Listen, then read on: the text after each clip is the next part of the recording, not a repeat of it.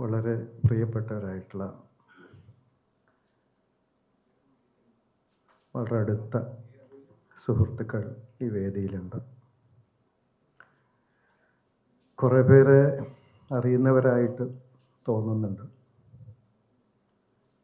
കുറച്ച് പേര് അപരിചിതരായിട്ടൊക്കെ തോന്നുന്നുണ്ട്. ഏതായാലും എല്ലാവർക്കും നമസ്കാരം. അങ്ങനെ പറഞ്ഞോളൂ. ഈ ഷമീം സാഹിബ് ഇങ്ങനൊരു പരിപാടിയുണ്ട്, വരണം എന്നൊക്കെ പറഞ്ഞപ്പോൾ ഇതിൻ്റെ ഒരു ഏറിയ സംഗീതവും ഒക്കെ ആയിട്ട് ബന്ധപ്പെട്ട കാര്യങ്ങളാണ് എന്നൊക്കെ അദ്ദേഹം പറയുകയുണ്ട്. മാപ്പിളപ്പാട്ട് ആണ് പഠന അല്ലെങ്കിൽ സംഭാഷണ വിഷയമെങ്കിലും മൊത്തത്തിൽ സംഗീതവുമായിട്ടൊക്കെയുള്ള ബന്ധം,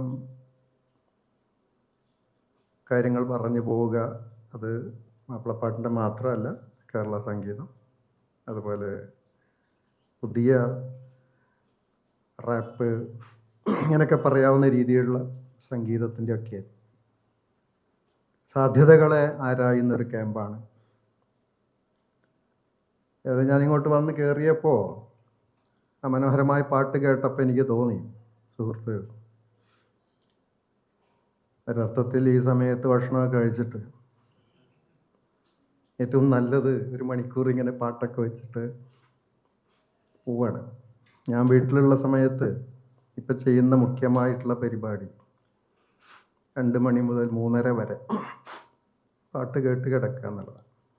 ഗസലോ പഴയ സിനിമാ പാട്ടോ മാപ്പിളപ്പാട്ടോ, അത് ദിനചര്യയായി മാറിയിരിക്കുന്നു.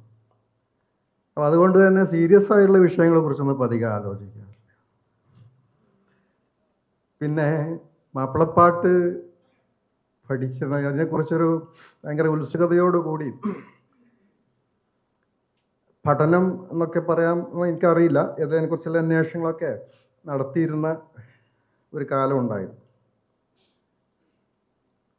ഇപ്പോൾ ഞാൻ അതിനെക്കുറിച്ച് അങ്ങനെ സീരിയസ് ആയിട്ട് ആലോചിക്കാറുമില്ല. പല കാര്യങ്ങളും നമ്മളുടെ കയ്യിൽ നിന്ന് വിട്ടുപോവുകയും പലതുകൊണ്ടും നമ്മളങ്ങനെ പലതായി ആയിത്തീരുകയും ചെയ്യുന്ന ഒരു കാലഘട്ടത്തിലാണ് ജീവിക്കുന്നത്. അപ്പോൾ മാപ്പിളപ്പാട്ട് പ്രതിരോധത്തിൻ്റെ രാഷ്ട്രീയമെന്നോ ഒക്കെ പണ്ടൊക്കെ അതിനെക്കുറിച്ചൊക്കെ ഭാരമായി കാര്യമായിട്ടൊക്കെ ആലോചിച്ചിരുന്നു. അത് പ്രതിരോധ ശക്തിയുള്ള വളരെ മൈനോറിറ്റി ലിറ്ററേച്ചർ എന്നുള്ള നിലയ്ക്ക്. മൈനോറിറ്റി ലിറ്ററേച്ചർ പറഞ്ഞാൽ ഇവിടുത്തെ ന്യൂനപക്ഷ കമ്മ്യൂണിറ്റിയുടെ കല എന്നർത്ഥത്തിലല്ല, ചെറു സാഹിത്യം എന്നുള്ള നിലയ്ക്ക് അതങ്ങനെ ഒരു കാറ്റഗറി ഉണ്ട്, മൈനോറിറ്റി ലിറ്ററേച്ചർ. കാഫ്കയുടെയൊക്കെ ലിറ്ററേച്ചറിനാണ് മൈനോറിറ്റി ലിറ്ററേച്ചർ എന്നാണ് പറയുക. കാരണം എന്താണെന്ന് വെച്ചാൽ അത് അഗാധമായിട്ടുള്ള ഗ്രാൻഡ് നാരേറ്റീവ്സിനൊന്നും അത് ഉൽപ്പാദിപ്പിക്കില്ല. അതേസമയത്ത് വ്യക്തികളുടെ വളരെയധികം വിഫലത നിറഞ്ഞ പല കാര്യങ്ങളും അത് മുഖ്യധാരയിൽ പലപ്പോഴും വേവാതെ കിടക്കുന്ന ഒരുപാട് കാര്യങ്ങൾ അങ്ങനെ അവതരിപ്പിക്കുന്ന സാഹിത്യശാഖ എന്നുള്ള നിലക്കാണ് മൈനോറിറ്റി ലിറ്ററേച്ചർ എന്നുള്ള ആ പ്രയോഗം.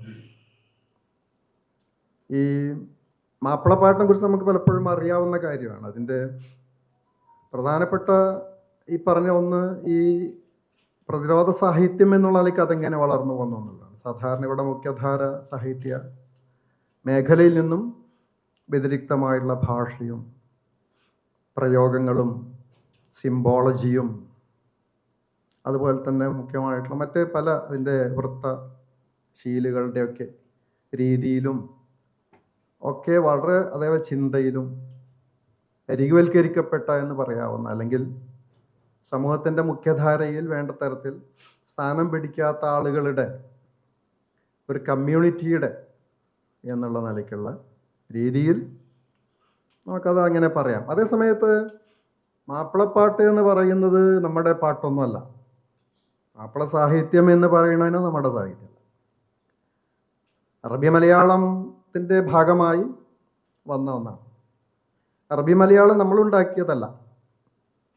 അറബി മലയാളം ഉണ്ടായതിൻ്റെ ആവശ്യം പണ്ട് അറബികൾ കച്ചവടത്തിന് വന്നപ്പോൾ കച്ചവട ആവശ്യാർത്ഥം അവർക്ക് ലിങ്ക് ലാംഗ്വേജ് ആവശ്യം. അപ്പോൾ അവർക്ക് മലയാളം അറിയില്ല, ഇവിടുത്തെ ഭാഷ അറിയില്ല, അറബി അവർക്കറിയാം, ഇവിടെയുള്ള ആളുകൾക്ക് അറബി അറിയാം, മാപ്പിളർക്കൊക്കെ കുറേ അറബി അറിയാം. അപ്പോൾ പിന്നെ ഇതൊരു മണിപ്രവാള രീതിയിൽ ഉണ്ടാക്കിയ ഒരു സാഹിത്യം എന്നുള്ള നിലയ്ക്കാണ്, ആ തരത്തിലാണ് ഒരു സന്ദേശം കൈമാറാൻ വേണ്ടി, കച്ചവടത്തിൻ്റെ സന്ദേശങ്ങളൊക്കെ കൈമാറാൻ വേണ്ടിയൊക്കെ ഉണ്ടാക്കിയ ഒരു ഭാഷയാണത്. അത് പിന്നെ പല സാംസ്കാരികമായിട്ടുള്ള ഉറവുകളുടെ വരവ്, ലോക സാഹിത്യത്തിൻ്റെ സഞ്ചാരങ്ങൾ, അതാണ് വളരെ പ്രധാനപ്പെട്ട കാര്യം. ഇപ്പോൾ അറബികൾ പല ദേശങ്ങളിൽ നിന്നും, ഇപ്പം യമനാവട്ടെ, ഹദർമൗത്ത് ആവട്ടെ, മറ്റ് പേർഷ്യൻ ദേശങ്ങളിൽ നിന്ന് വന്ന മറ്റു തരത്തിലുള്ള സൂഫിയാക്കളാക്കട്ടൊക്കെ പലതരത്തിലുള്ള കച്ചവടത്തിനായിട്ടും മിഷണറി പ്രവർത്തനങ്ങൾക്കൊക്കെ ആയിട്ട് വന്ന ആളുകളുമായിട്ടുള്ളൊരു കണക്റ്റിംഗ് ലാംഗ്വേജ് എന്നുള്ള നിലയ്ക്ക് പിന്നെ അതിനൊരു സ്വസ്തി ഉണ്ടാവുകയും അത് നമ്മുടെ സാഹിത്യത്തിലേക്ക്, നമ്മുടെ വിചാരങ്ങളിലേക്ക്, ഈത്തോസിലേക്ക്, മനുഷ്യരുടെ ഈത്തോസിലേക്ക് കടന്നു കയറി സംവദിക്കേണ്ട ഒരു ഭാഷയായി തീരുകയൊക്കെ ചെയ്യുന്ന ഒരു, അവിടെയാണ് മുഹിയുദ്ദീൻമാലയുടെ ഒക്കെ ഒരു ഭാരം. മുഹിയുദ്ദീൻമാല കീർത്തനകാവ്യം, നമുക്കറിയാം. കീർത്തനകാവ്യം അക്കാലത്ത് മലയാളത്തിലടക്കം സംസ്കൃതത്തിലും കീർത്തനകാവ്യങ്ങളുടെ വലിയൊരു മേഖലയുണ്ട്. ദൈവകീർത്തനങ്ങളായിട്ട് മറ്റു ഉന്നതരായിട്ടുള്ള ആളുകളോടുള്ള കീർത്തനങ്ങളൊക്കെ ആയിട്ടുള്ള കീർത്തനമാലകൾ ധാരാളമുണ്ട്. അങ്ങനെ കീർത്തനത്തിൻ്റെ ഭാഗമായിട്ട് നമുക്ക് ഉണ്ടായ ആദ്യ ഒരു ഭാഷ, ഒരു പാട്ട് എന്നുള്ള നിലയ്ക്കാണ് മുഹിയുദ്ദീൻമാലയെ കാണുന്നത്. ആ മാലപ്പാട്ട് എടുത്തു നോക്കിയാൽ വായിക്കുന്നവർക്കൊക്കെ അറിയാം, അതിൻ്റെ ഭാഷ വളരെ ലളിതമാണ്. പിന്നെ അതിന് ശേഷം വരുന്ന മാപ്പിളപ്പാട്ടുകളുടെ ഭാഷയൊക്കെ പലരുടെയും എഴുത്തുകൾ അത് വലിയ ഒരു ലളിതമായിട്ടുള്ള ഭാഷ ഒന്നുമില്ല. ഇപ്പോൾ വിനായ് മുസ്ലിയാരുടെ ഭാഷ ലളിതമായിട്ടുള്ളൊരു ഭാഷയല്ല. മൊയിൻകുട്ടി വൈദ്യരുടെ ഭാഷ പോലും നോക്കിയാൽ വളരെ പുതിയ ആളാണ്. അദ്ദേഹത്തിൻ്റെ ഭാഷ പോലും ഒരു ഈ അറബി മലയാളം എന്നുള്ള മട്ടിൽ നാം വായിക്കുമ്പോൾ അതൊരു ലളിതമായിട്ടുള്ള ഭാഷയല്ല. അപ്പം അതിനോടൊക്കെ വളരെ ലളിതമായിട്ട് വന്ന ആദ്യത്തെ കൃതി എന്നുള്ള, ആദ്യത്തെ കണ്ടെടുക്കപ്പെട്ട കൃതി എന്നുള്ള നിലയ്ക്കാണ് മുഹിയുദ്ദീൻമാലയെ പലപ്പോഴും കാണുന്നത്. അതിലെ ഭാഷ നമുക്ക് നോക്കുമ്പോൾ ഏതൊരു ഏറനാട്ടുകാരനും വള്ളുവ നാട്ടുകാരിൽ പലർക്കും, മലബാറിലെ പലർക്കും, അല്ലെങ്കിൽ ഇങ്ങനെ അറബികളുമായിട്ടുള്ള സംസ്കാര ബന്ധത്തിലൂടെയും മറ്റൊക്കെ വളരെയധികം അടുത്തു പോയ ഒരു ജനവിഭാഗത്തിന് മുഴുവൻ അത് എളുപ്പം ഗ്രഹിക്കാവുന്ന തരത്തിലുള്ള ഒരു ഭാഷയും പാട്ടും ആയി അത് മാറി. ഒരു ജനകീയ കാവ്യമായിട്ട് തന്നെ അത് മാറി. അത് പണ്ട് പാടിയിരുന്നതിൻ്റെ ഉദ്ദേശങ്ങളും വേറെയാണ്. ഒന്ന്, അതൊരു മദ്ഹ് കാവ്യം എന്നുള്ള നിലയ്ക്ക് മുഹിയുദ്ദീൻ ഷെയ്ഖിനെ ഉണർത്തിച്ചുകൊണ്ടുള്ള ഒരു പാട്ട്.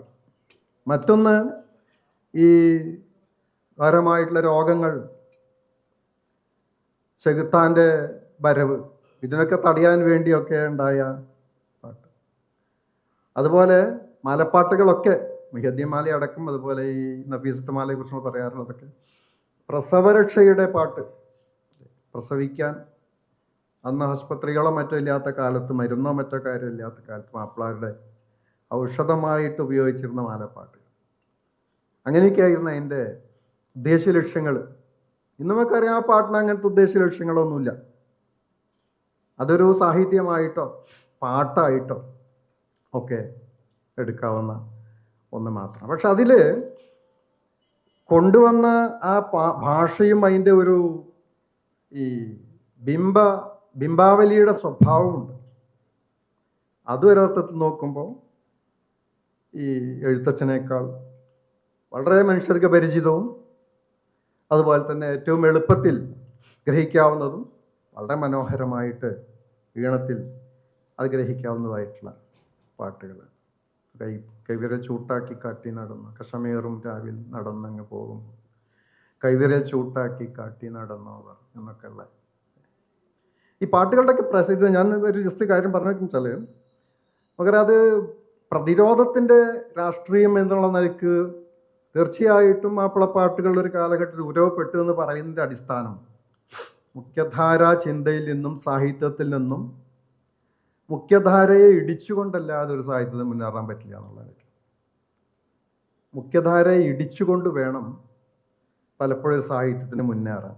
ആ നിലകളിലാണ് സത്യം പറയുകയാണെങ്കിൽ മാപ്പിളപ്പാട്ട് അതിൻ്റെ അതിൻ്റെ പ്രത്യേകം നമുക്കറിയാൻ പറ്റും. വേറെ ഒരു, എനിക്ക് തോന്നുന്നു ലോകത്ത് തന്നെ ഇത്ര സുദൃഢമായിട്ടുള്ള രൂപങ്ങളിൽ എഴുതപ്പെട്ട പാട്ടുകൾ, അതിൻ്റെ പലതരത്തിലുള്ള വകഭേദങ്ങൾ നിറഞ്ഞ പാട്ടുകൾ ഈ കമ്മ്യൂണിറ്റി ലൈഫായിട്ട് ബന്ധപ്പെട്ട് എക്സ്പ്ലോർ ചെയ്യുമ്പോൾ, പ്രത്യേകിച്ച് മത കമ്മ്യൂണിറ്റികളുമായിട്ട് ബന്ധപ്പെട്ട് നമ്മൾ എക്സ്പ്ലോർ ചെയ്യുമ്പോൾ അങ്ങനെയുള്ള പാട്ടുകൾ കുറവാണ്. കാരണം എല്ലാത്തരം ഫോമുകളും അതിലുണ്ട് എന്നുള്ളതാണ്. നേർച്ചപ്പാട്ടുകളായിട്ടും കിസ്സപ്പാട്ടുകളായിട്ടും, മാലപ്പാട്ടുകളും നിസ്സപ്പാട്ട്, നേർച്ചപ്പാട്ട്, പിന്നെ അങ്ങനെ പാട്ടുകൾ ഇങ്ങനെ വരികയാണ്. ഒരുപാട് തരത്തിലുള്ള പാട്ടുകൾ, നാടൻ പാട്ടുകൾ, അമ്മായി പാട്ടുണ്ട്, അങ്ങനെ പോകുന്ന പലതരം നാടൻ സെക്ഷനിൽ പെടുന്ന ഒരുപാട് പാട്ടുകൾ എല്ലാം പാട്ടുകളായിട്ട് മാറി. ഇവിടെ ഒരു ഇത്രയേ ഉള്ളൂ, ഒരു കമ്മ്യൂണിറ്റി എന്നുള്ള നിലയ്ക്ക് ഈ പാട്ടുകൾ സത്യം പറയുകയാണെങ്കിൽ നമ്മൾ ഇവിടുത്തെ മുസ്ലിം കമ്മ്യൂണിറ്റി എങ്ങനെ ബാധിച്ചു, പുറത്തുള്ള കമ്മ്യൂണിറ്റി എങ്ങനെ ബാധിച്ചു. അടുത്ത കാലത്താണ് മാപ്പിളപ്പാട്ടുകൾ ഇങ്ങനെ ഒരു ദിശാവ്യതിയാനം വരുന്നു. ആ തരത്തിൽ അവരുടെ ഈ തരത്തിലുള്ള പഠനങ്ങൾക്കും അതുപോലെ തന്നെ സംസ്കാര പഠനങ്ങളുടെയൊക്കെ ഭാഗമായിട്ട് മാറുകയൊക്കെ ചെയ്യുന്നത്. നേരെ മറിച്ച് അത് കുറേ മുമ്പ്, ഒരു 19 വർഷം മുമ്പ് നമുക്കറിയാം, ആ തരത്തിലുള്ള വലിയൊരു എക്സ്പാൻഷൻ വളരെ അതിൻ്റെ കണ്ടെടുക്കപ്പെട്ട കുറേ പാട്ടുകൾ, കുറേ പഠനങ്ങളൊക്കെ ഉണ്ടായി കവിഞ്ഞാണ്. പിന്നെ നമ്മൾ പ്രതിരോധത്തിൻ്റെ ഭാഗമായിട്ട് ഈ പടപ്പാട്ടുകളെയാണ് പറയാറ്. പടപ്പാട്ടുകൾ വരുന്നതോടെ 19-ാം നൂറ്റാണ്ടിലാവുമ്പോഴേ മൊത്തത്തിൽ ഡയമെൻഷൻ മാറുന്നുണ്ട്. വേറൊരു കാര്യം, ഈ സീ റൂട്ട് വോയേജസ് ആണ് വളരെ പ്രധാനപ്പെട്ട കാര്യം. നമ്മൾ ഇപ്പോൾ ഇന്ന് ഏറ്റവും അധികം ഒരു അന്വേഷണങ്ങൾ നടക്കുന്ന റൂട്ട് കരയുടെ അല്ല, കടലിൻ്റെ റൂട്ടാണ്.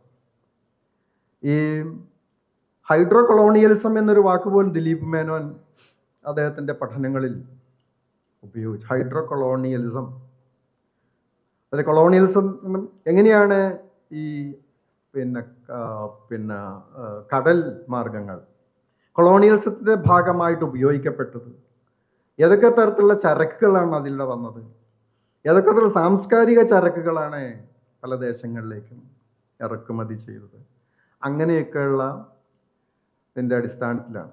മേനോൻ പറയുന്നുണ്ട്, കടലിനെ കുറിച്ചുള്ള ഒരു കാഴ്ച എന്ന് പറയുന്നത് കരയെപ്പോലെയല്ല, വലിയ ദീർഘമായിട്ടുള്ള ഒരു ക്യാൻവാസിലെ കടലിനെ കാണാൻ പറ്റുള്ളൂ.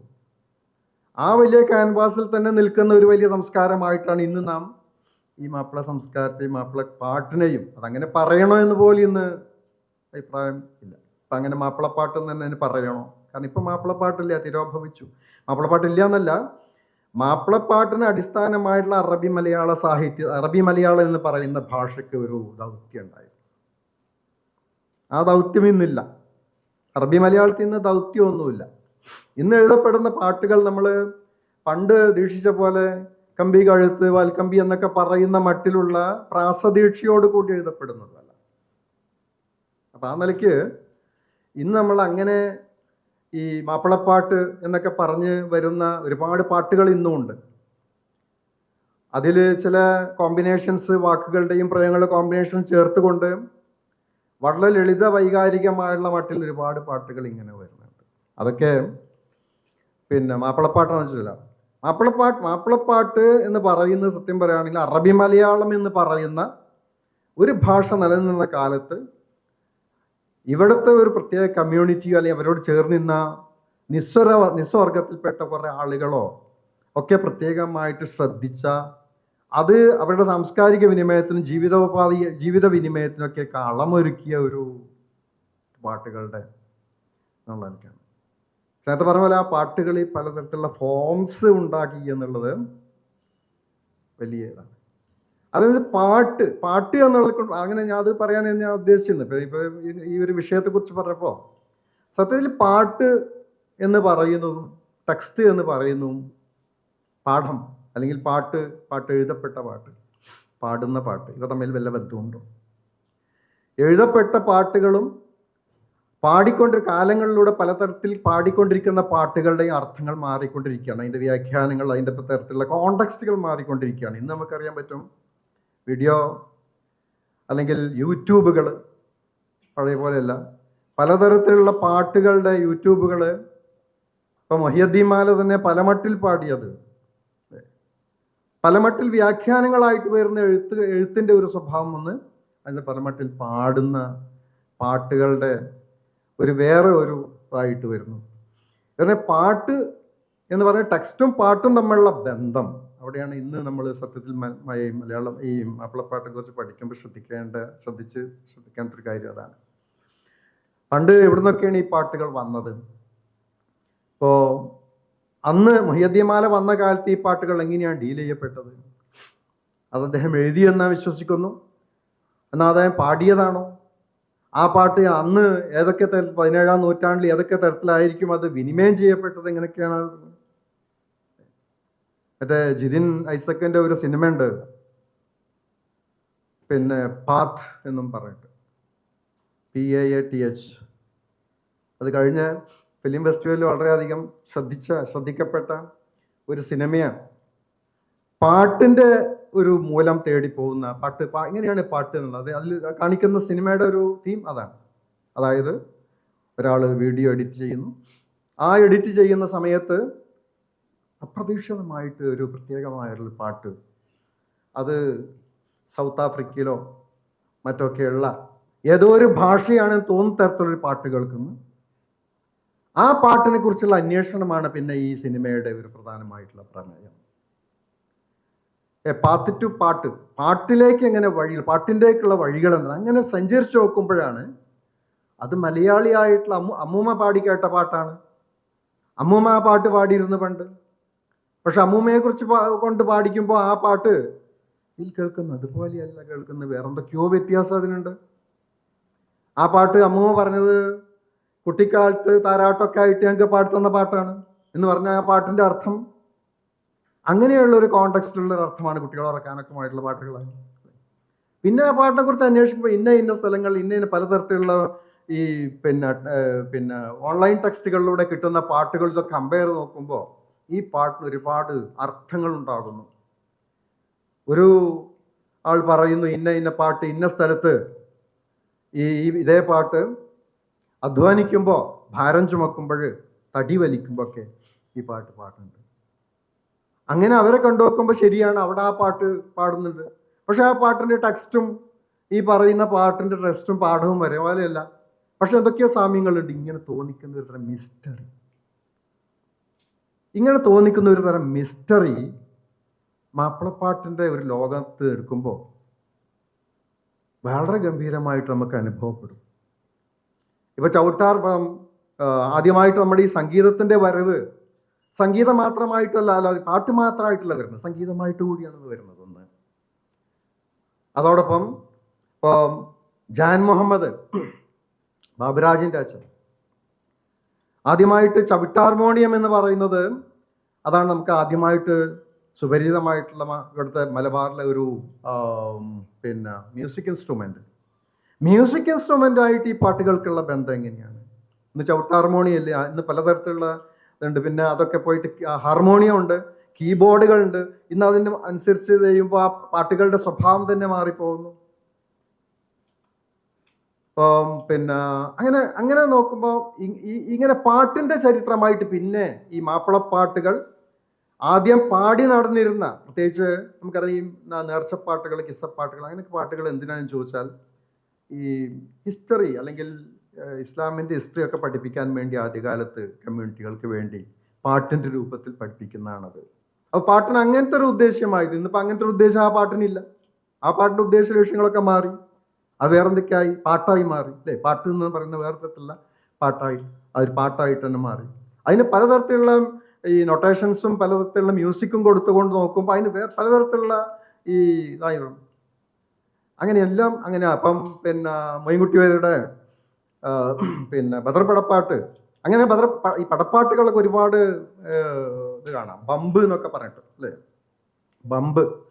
മോയിൻകുട്ടി വൈദ്യരുടെ പാട്ട് പോലെ നമുക്ക് റാപ്പ് സംഗീതത്തിന്റെ ട്യൂണിൽ പാടാൻ പറ്റുന്ന ഞാൻ പറയാം. കാരണം അത്ര വിചിത്രമായുള്ള ടെക്സ്റ്റാണ് അതൊക്കെ. ഇപ്പൊ നമ്മൾ വേടൻ പാടുമ്പോൾ, വേടന്റെ പാട്ട് കേൾക്കുമ്പോൾ നമ്മളത് എന്താ വേടന്റെ പാട്ട്, കൃത്യമായിട്ടുള്ള ഒരു ഇൻറ്റോണേഷനോ അതല്ലെങ്കിൽ കൃത്യമായിട്ടുള്ള ഒരു പിന്നെ വൃത്തമോ അങ്ങനെ അതൊന്നുമില്ല അല്ലേ. ഗദ്യത്തിൽ ഇങ്ങനെ പറയുന്നത് പാട്ടായി പറയാണ്. പാട്ടായി പറയുമ്പോൾ അത് വേറെ തരത്തിൽ നമ്മൾ കമ്മ്യൂണിക്കേറ്റ് ചെയ്യുന്നു. മാത്രമല്ല ആദ്യം പണ്ടൊക്കെ കേട്ടിരുന്ന പാട്ടിൽ നിന്ന് വ്യത്യസ്തമായിട്ട് എന്തോ വർത്തമാനകാലത്തിന്റെ ചില സന്ദേശങ്ങൾ നമുക്ക് പെട്ടെന്ന് നമ്മുടെ ബ്രെയിനിലേക്ക് എത്തിക്കത്തക്ക രീതിയിലുള്ള ഒരു രൂപം അതിന് ഉണ്ടാകും. സീറ പാരായണങ്ങളായിട്ടാണ് ഈ പാട്ടുകൾ എന്നുള്ള പറഞ്ഞ ആദ്യമായിട്ട് കേരളത്തിൽ, പ്രത്യേകിച്ച് മാപ്പിള കമ്മ്യൂണിറ്റിയിൽ പാട്ടുകളായിട്ട് നമ്മുടെ നാട്ടിലൊക്കെ ഉണ്ടായിരുന്നത്. 19 വർഷം മുമ്പ് പാട്ട് പാടി നടക്കുന്ന കുറേ ആളുകളുണ്ട്. അവർക്കത് എന്തെങ്കിലും 4/4 കിട്ടും. ആ പാട്ട് പാടിയിട്ട് അപ്പോൾ സീറകളാണ്, ചരിത്രമായിട്ടുള്ള പാട്ടുകൾ, യൂസഫ് നബി കിസ്സ, അങ്ങനെയുള്ള കിസ്സപ്പാട്ടുകൾ, ചരിത്രഗാഥകൾ, ഇതൊക്കെ പാടി നടന്നവരങ്ങനെ കുറെ ഇതാണ്. പക്ഷെ അതൊക്കെ ഈ പാട്ട് സംസ്കാരം, ഞാൻ നേരത്തെ പറഞ്ഞ പോലെ പ്രതിരോധം എന്ന സാധനം വിട്ടിട്ട് ഈ പാട്ട് സംസ്കാരവുമായിട്ട് നമ്മൾ എങ്ങനെ ബന്ധപ്പെട്ട് നിൽക്കുന്നു എന്നുള്ളതാണ്. അപ്പൊ ആ നിലയ്ക്ക് നോക്കുമ്പോൾ ഈ പാട്ടുകൾക്ക് ഇത്തരത്തിലുള്ള ഒരു വളർച്ച കാണാൻ പറ്റും. അല്ലെങ്കിൽ ഇൻസ്ട്രുമെന്റ് വരുന്നതോട് കൂടി ഉണ്ടാകുന്ന മാറ്റങ്ങൾ പാട്ടുകൾക്ക് ഉണ്ടാകും. 1955-ലോ 56-ലോ 57-ലോ വിയൻകുട്ടി ആദ്യമായിട്ട് ഇവിടെ ഒരു മാപ്പിള കച്ചേരി നടത്തുന്നത്. അതിനു മുമ്പ് മാപ്പിള കച്ചേരി എന്ന് പറയുന്ന മാപ്പിളപ്പാട്ടിന്റെ കച്ചേരികളായിട്ടുള്ള ഇല്ല, ഇൻസ്ട്രുമെന്റ് വെച്ചുകൊണ്ട് വളരെ ഹാർമോണിയം, കിട്ടാവുന്ന ഒരു തബലയും ചെറിയ അന്ന് കിട്ടാവുന്ന ഇൻസ്ട്രുമെന്റ് ഒക്കെ വെച്ചുകൊണ്ട് ഒരു കച്ചേരി നടത്തും. ആ കച്ചേരികളുടെ പിന്നെ ഒരു വലിയ കാലം നമുക്ക് കാണാൻ പറ്റും. പിന്നെ അതിൽ മാപ്പിളപ്പാട്ടിലേക്ക് പലതരത്തിലുള്ള ആളുകൾ വരുന്നു. മുസ്ലിങ്ങളല്ലാത്ത ധാരാളം പാട്ടുകാരികളും വരുന്നു. അതൊരു പോപ്പുലർ കൾച്ചറിന്റെ ഭാഗമായിട്ട് മാറുന്നു. അങ്ങനെയാണ് പോപ്പുലർ കൾച്ചറിന്റെ ഭാഗമായിട്ട് മാറുന്നു. അതിന് ഒരുപാട് വേറെ തരത്തിലുള്ള പാട്ടുകൾ ഉൽപ്പാദിപ്പിക്കപ്പെടുന്നു. വലിയ പാട്ടുകാരുണ്ടാകുന്നു. ആ പാട്ടുകാരൊക്കെ പിന്നെ കഥാപ്രസംഗം വേറൊരു വഴിക്ക്, റംല ബീഗം അല്ലെങ്കിൽ അങ്ങനെയൊക്കെയുള്ള ആൾ കഥാപ്രസംഗം വേറൊരു വഴിക്ക് വരുന്നു. ഇങ്ങനെ വരുന്ന വലിയൊരു ചരിത്രം പിന്നെ ഉണ്ടായിത്തീരും. അപ്പം ഞാൻ പറയുന്നത് എന്താണ്, ഈ പാട്ട് എന്ന് മാപ്പിളപ്പാട്ട് എന്ന് പറയുന്നത് അതിൻ്റെ ലിഖിത രൂപം, ആ ലിഖിത രൂപം നിലനിൽക്കുന്നത് സത്യം പറയുകയാണെങ്കിലോ അതത് കാലത്ത് ആവശ്യപ്പെടുന്ന എന്താണ് അതുകൊണ്ട് ആവശ്യപ്പെടുന്നത് അതനുസരിച്ച് ലിഖിത രൂപത്തിൽ നിൽക്കുന്ന ഒന്ന് മാത്രമാണ് ലിഖിത രൂപം എന്ന് പറയുന്നത്. പ്രളയം പാർത്ത് ഇങ്ങനെ ഈ 2 തരത്തിൽ ഈ പാട്ടുകളെ തന്നെ പറയുന്നത്. സംഗീതം അല്ലെങ്കിൽ പാട്ട് എന്ന് പറയുന്ന 2 തരത്തിലുള്ള ഒരു ആക്ടിവിറ്റി ഓറിയന്റേഷൻ അതിനുണ്ട്. ഒന്ന് ലിസണർ എന്നുള്ള നിലയ്ക്ക് പാട്ട് കേൾക്കുന്ന ആൾ.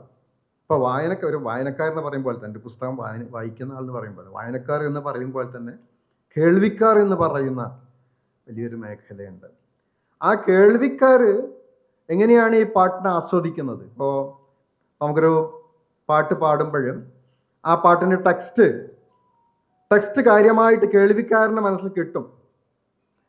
ഇപ്പൊ താമസം എന്തേ വരുവാൻ പാട്ടിങ്ങനെ പാടുന്ന ഒരാളെ സംബന്ധിച്ചിടത്തോളം ആ പാട്ടിന്റെ ടെക്സ്റ്റ് നമ്മളിങ്ങനെ നല്ല ലിസണർ അതിങ്ങനെ കൊളുത്തി വലിക്കും. അതുപോലെ തന്നെ ആ പാട്ടിന് അകമ്പടിയായിട്ടുള്ള സംഗീതം മറ്റതൊക്കെ അതിന്റെ ഭാഗമായിട്ട് ടെക്സ്ചറിന്റെ ഭാഗമായിട്ട് വരും. അങ്ങനെ ആ പാട്ട് ഈ പിന്നെ ഇതിനകത്ത് അല്ലെങ്കിൽ വളരെയധികം പ്രായോഗികം പിന്നെ ലിസണർ എന്നുള്ളവർക്ക് അത് നന്നായിട്ട് ആസ്വദിക്കും. മറ്റൊന്ന് അദ്ദേഹം പറഞ്ഞത് ഈ മ്യൂസിക്ക പ്രാക്ടിക്ക എന്ന് പറയും, പ്രാക്ടിക്കലായിട്ടുള്ള പാട്ടുകൾ. നമുക്കറിയാം ഇന്ന് നമ്മൾ ഹിപ്പ് ഹോപ്പ് അതുപോലെ ഈ പറഞ്ഞ പുതിയ തരംഗങ്ങൾ, പുതിയ തരത്തിലുള്ള പാട്ടുകൾ, വിഷ്വലായിട്ടുള്ള പാട്ടുകൾ, ഇപ്പൊ ഈ മാപ്പിളപ്പാട്ടുകൾ പോലും നമ്മൾ ഈ ദൂരദർശനിലോ അതല്ലെങ്കിൽ പിന്നെ കൈരളിയിലോ ചാനലുകളിൽ കേൾക്കുമ്പോണ്ടാകുന്ന ഒരു സാധനം വേറെയാണ്, നമുക്കറിയാൻ പറ്റും അല്ലേ. ഒരു ആൾ വന്ന് നമ്മോട് തൊള്ളപ്പാട്ട് പാടുന്നത് അത് വേറൊരു രീതിയാണ്. ഇൻസ്ട്രുമെന്റ് വെച്ചുകൊണ്ട് ആ പാട്ട് പാടുന്നത് വേറെയുണ്ട്. ഗാനമേളയിൽ പാട്ട് പാടുമ്പോൾ അതിന്റെ വേറൊരു കോണ്ടെക്സ്റ്റാണ് അത് വർക്കൗട്ട് ചെയ്യുന്നത്. എന്ന് പറഞ്ഞ പോലെ തന്നെ ഈ പിന്നെ പാട്ടുകളുടെ ഈ പാട്ടും ശരീരവുമായിട്ടുള്ള ബന്ധം, പാടുന്ന ആളുടെ ശരീരവും പാട്ടിന്റെ ടെക്സ്റ്റുമായിട്ടുള്ള ബന്ധം, ഏതൊക്കെ പ്രതിപ്രവർത്തനങ്ങൾ ഏർപ്പെടുന്നുവോ അതിനനുസരിച്ച് ആ പാട്ടിൻ്റെ ഒക്കെ രീതികൾ അല്ലെങ്കിൽ അതിൻ്റെ ഒരു സന്ദേശം തന്നെ മാറിപ്പോകുന്ന തരത്തിൽ പാട്ടുകളുടെ ഒരു കാലമാണ്. അപ്പോൾ തിരിച്ചു പോവുകയാണെങ്കിൽ ഈ സത്യം പറയുകയാണെങ്കിൽ ഇങ്ങനെയുള്ള ഒരു പാട്ട് കൾച്ചറിനകത്ത് നമ്മൾ സംഭാഷണം എന്ന് പറഞ്ഞാൽ അതിൽ നമുക്ക് വേറെ പല തരത്തിൽ ഫില്ല് ചെയ്യാൻ തോന്നുന്നു. ഈ പിന്നെ പാട്ട് കൾച്ചറിനകത്ത് മാപ്പിളപ്പാട്ടുകൾ ഉണ്ടാക്കി തീർത്ത പ്രതിരോധത്തിൻ്റെ അംശങ്ങൾ ഒന്ന് വളരെ കൾച്ചറലായിട്ടുള്ള, വളരെ ഇമ്പോർട്ടൻ്റ് ആയിട്ടുള്ളൊരു പുതിയ കൾച്ചറിനെ നമുക്കിതിൽ പ്രത്യേകിച്ച് കേരളത്തെപ്പോലുള്ള ഒരു ഉപദ്വീപിലേക്ക് കൊണ്ടുവന്നു എന്നുള്ളതാണ്. അതിന് നിദാനമായിരിക്കുന്നത് ഇവിടുത്തെ അല്ല, അത് പിന്നെ വലിയ അല്ലെങ്കിൽ ഈ പിന്നെ സീ വോയേജസ്, സീ റൂട്ട്സിലൂടെ വന്ന സംസ്കാരങ്ങൾ, എലിയനായിട്ടുള്ള അല്ലെങ്കിൽ വിദേശികൾ പലതരത്തിലുള്ള സംസ്കാരങ്ങൾ വന്ന കൂട്ടത്തിൽ. ഇപ്പോൾ കർസോനി മലയാളം ഉണ്ട് ഇവിടെ. കർസോനി മലയാളം ജൂതന്മാരുടെ ഒരു കാലത്ത് നമ്മൾ മാപ്പിള മലയാളം എന്ന് പറഞ്ഞ പോലെ കർസോനി മലയാളം ഉണ്ട്. ഇതേമായിട്ട് തന്നെ കർസോനി ഈ രണ്ട് ഭാഷകൾ, ഹീബ്രുവും അതുപോലെ തന്നെ മലയാളവും കൂടിക്കലർത്തുകൊണ്ടുള്ള. പക്ഷെ ഇതിലൊന്നും നേരത്തെ പറഞ്ഞ പോലെ ഇത്രയധികം ഓറിയന്റേഷനോട് കൂടിയുള്ള ഫോമുകൾ, ജേനറുകൾ, രൂപങ്ങൾ നമ്മൾ കാണാൻ പറ്റുന്നില്ല എന്നാണ്. ലിഖിത പാഠങ്ങൾ അത്ര സുദൃഢമായിരിക്കുന്ന ലിഖിത പാഠങ്ങളായിട്ട് നമുക്ക് കാണാൻ പറ്റുന്നില്ല. പിന്നെ പ്രതിരോധത്തിൻ്റെ കാര്യം പലപ്പോഴും പറയുമ്പോൾ പലതരത്തിലുള്ള പ്രതിരോധങ്ങളുണ്ട്. അപ്പോൾ കമ്മ്യൂണിറ്റി അകത്ത് തന്നെ ഒരുപാട് തരത്തിലുള്ള പരിഷ്കാരങ്ങൾ, സാമൂഹ്യ പരിഷ്കാരങ്ങൾ നടത്തുന്ന പലതരത്തിലുള്ള പാട്ടുകൾ അതങ്ങനെ കിടക്കുന്ന ഒരു പ്രതിരോധമാണ്. പാട്ടുകളുടെ അതുപോലെ തന്നെ ഈ പിന്നെ ആദ്യമേ സൂചിപ്പിച്ച ഈ പിന്നെ പടപ്പാട്ടുകൾ ഈ പടപ്പാട്ടുകളുടെ ഒക്കെ വരവ് ഒരർത്ഥത്തിൽ നോക്കുകയാണെങ്കിൽ അത് അറബി തമിഴുമായിട്ട് ബന്ധപ്പെട്ട ഒരു സംസ്കാരത്തിൽ നിന്നാണ് അതൊക്കെ ഇവിടെ വരുന്നത്. നമ്മൾ മാപ്പിളപ്പാട്ടിനെ കുറിച്ച് പറയുമ്പോൾ ഏറ്റവും അധികം ശ്രദ്ധിക്കേണ്ട ഒരു വസ്തുതയാണ് ഈ ഭാഷയുടെ ഒരു മൾട്ടി ലിംഗ്വലായിട്ടുള്ള ഒരു അല്ലെങ്കിൽ പലതരത്തിലുള്ള ഭാഷയുടെ വിധാനങ്ങൾ ഉണ്ടായിട്ടുണ്ട് എന്നുള്ളതാണ്. അറബി ബംഗാളി, അറബി തമിഴ്, അറബി കന്നഡ, അറബി സിന്ധി എന്ന് പറഞ്ഞാൽ ഇത് കേരളത്തിൽ മാത്രം ഉണ്ടായ അറബി മലയാളം എന്ന് പറഞ്ഞൊരു ഒറ്റപ്പെട്ട ഒരു സാധനമേ അല്ല. നിങ്ങളാ വിചാരിക്കുമ്പോൾ അവിടെ എത്നിക് എന്നൊക്കെ പറഞ്ഞിട്ട് നമ്മൾ ഇതിനെ മാറ്റി നിർത്തുമ്പോൾ ഇതൊരു വംശീയ സാഹിത്യമാണ്, വംശീയ സംഗീതമാണ് എന്നൊക്കെ നമ്മൾ ഇത് നിൽക്കുമ്പോൾ ഈ കാലഘട്ടത്തിൽ സത്യം പറയുകയാണെങ്കിൽ അതിന് വലിയ ആധാരമില്ല. അതിൻ്റെ അർത്ഥവും മറ്റൊക്കെ വേറെ തരത്തിലാണെന്നാണ് എൻ്റെ ഒരു ആലോചന. അപ്പോൾ ഇങ്ങനെ പലതരത്തിലുള്ള ഭാഷകൾ, തമിഴാവട്ടെ, കന്നഡയാവട്ടെ, ബംഗാളി ആവട്ടെ, അതിലൊക്കെ ഇതിനു മുമ്പേ നമ്മുടെ ഈ അറബി മലയാളത്തിന് മുമ്പേ ഒരുപാട് ടെക്സ്റ്റുകളും ഒരുപാട് പാട്ടുകളും വന്നിട്ടുണ്ട് എന്ന് പറഞ്ഞാൽ നമ്മുടെ ഗ്ലോബൽ സൗത്തിൽ അതാണ് വളരെ പ്രധാനപ്പെട്ട ഒരു കാര്യം. ഗ്ലോബൽ സൗത്തിൽ നിലനിന്നിരുന്ന സംസ്കാരത്തിൻ്റെ ഭാഷകളുടെ അല്ലെങ്കിൽ പരസ്പര മനുഷ്യവിനിമയങ്ങളുടെ ഒക്കെ വലിയൊരു ഔട്ട്സെറ്റിലാണ് നമ്മൾ സാധാരണ സത്യസന്ധമായിട്ടും പറയുകയാണെങ്കിൽ മാപ്പിളപ്പാട്ടുകൾ എന്ന് പറയുന്ന ഈ ഗണത്തെ അറബി മലയാളം, അതിന് നിദാനമായുള്ള അറബി മലയാളം എന്ന് പറയുന്ന ഈ ഗണത്തെ കാണേണ്ടത് എന്ന് മാത്രം ഞാൻ പറഞ്ഞുകൊണ്ട് കൂടുതലൊന്നും ഇനി ഇങ്ങനെ ഒരു വർത്തമാനം പറയുമ്പോൾ എന്തെങ്കിലും പറയാവുന്ന രീതിയിൽ നമുക്കതിനെ കുറച്ചുകൂടി മുന്നോട്ട് കൊണ്ടുപോകാമെന്നാണ് വിചാരിക്കുന്നത്. ഒന്നാമത് പ്രതിരോധ സാഹിത്യം എന്നുള്ള നിലയ്ക്ക് നമ്മൾ അവതരിപ്പിച്ചുകൊണ്ടിരുന്ന കൊണ്ട് കുറേ കാലമായിട്ട് അവതരിപ്പിച്ചുകൊണ്ടിരുന്ന ഒരു ടൈറ്റിലാണ്, ഒരു ശീർഷകമാണത്.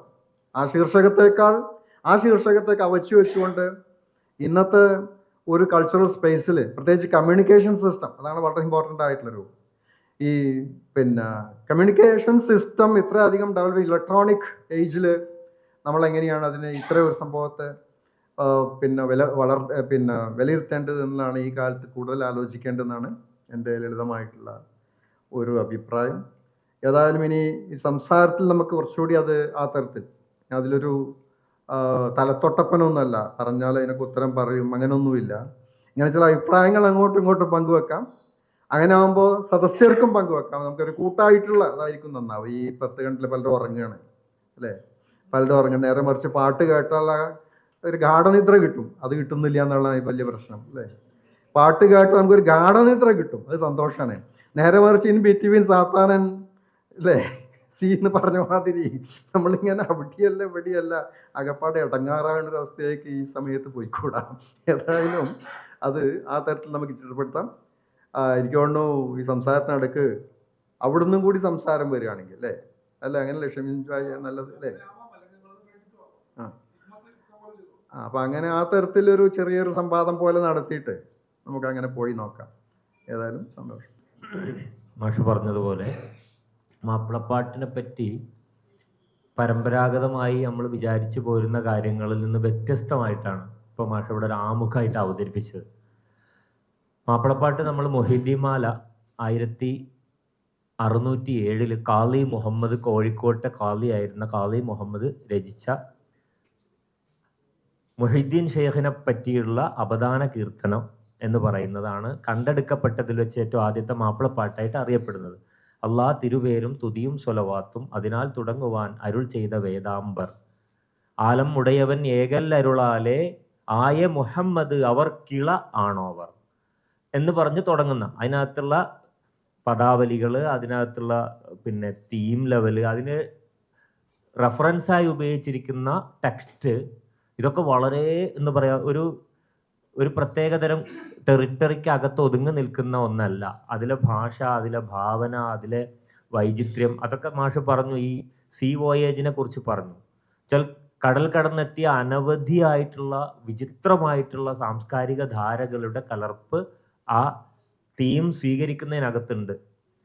കാരണം മുഹീദ്ദീൻ ഷെയ്ഖ് എന്ന് പറയുന്നത് ഈ കേരളത്തിൻ്റെ ഏതെങ്കിലും ഒരു പുണ്യവാനായിട്ടല്ല, മറിച്ച് മുസ്ലിങ്ങളുടെ, ലോക മുസ്ലിങ്ങളുടെ തന്നെ ലിറ്ററേച്ചറിൽ കാണപ്പെടുന്ന, പ്രത്യേകിച്ച് ഒരു സൂഫി ആളുകളുടെ എഴുത്തുകളിൽ കാണപ്പെടുന്ന ഒരു വലിയ ഒരു സംഭവമാണ്. അതുകൊണ്ടാണ് അറബിത്തമിഴിനെ കുറിച്ച് മാഷ് പറഞ്ഞു. ആർവി എന്നറിയപ്പെടുന്ന അല്ലെങ്കിൽ അറബിത്തമിഴ്. അറബിത്തമിഴിലും ഇത്തരത്തിലുള്ള അപദാന സാഹിത്യം, കീർത്തനങ്ങളുണ്ട്. അത് ആദ്യം വരുന്നു, അതിനുശേഷമാണ് മലയാളത്തിൽ കണ്ടു തുടങ്ങുന്നത്. അങ്ങനെ നമ്മൾ ട്രഡീഷണലായിട്ട് മനസ്സിലാക്കപ്പെടുന്ന രീതിയിലല്ലാതെ പാട്ട് എന്നുള്ളതിനെ കുറിച്ച് മാഷ് വേറൊരു ആർഗ്യുമെന്റ് പറഞ്ഞു, വളരെ രസകരമാണ്, ശ്രദ്ധിക്കേണ്ടുന്ന ഒന്നാണ്.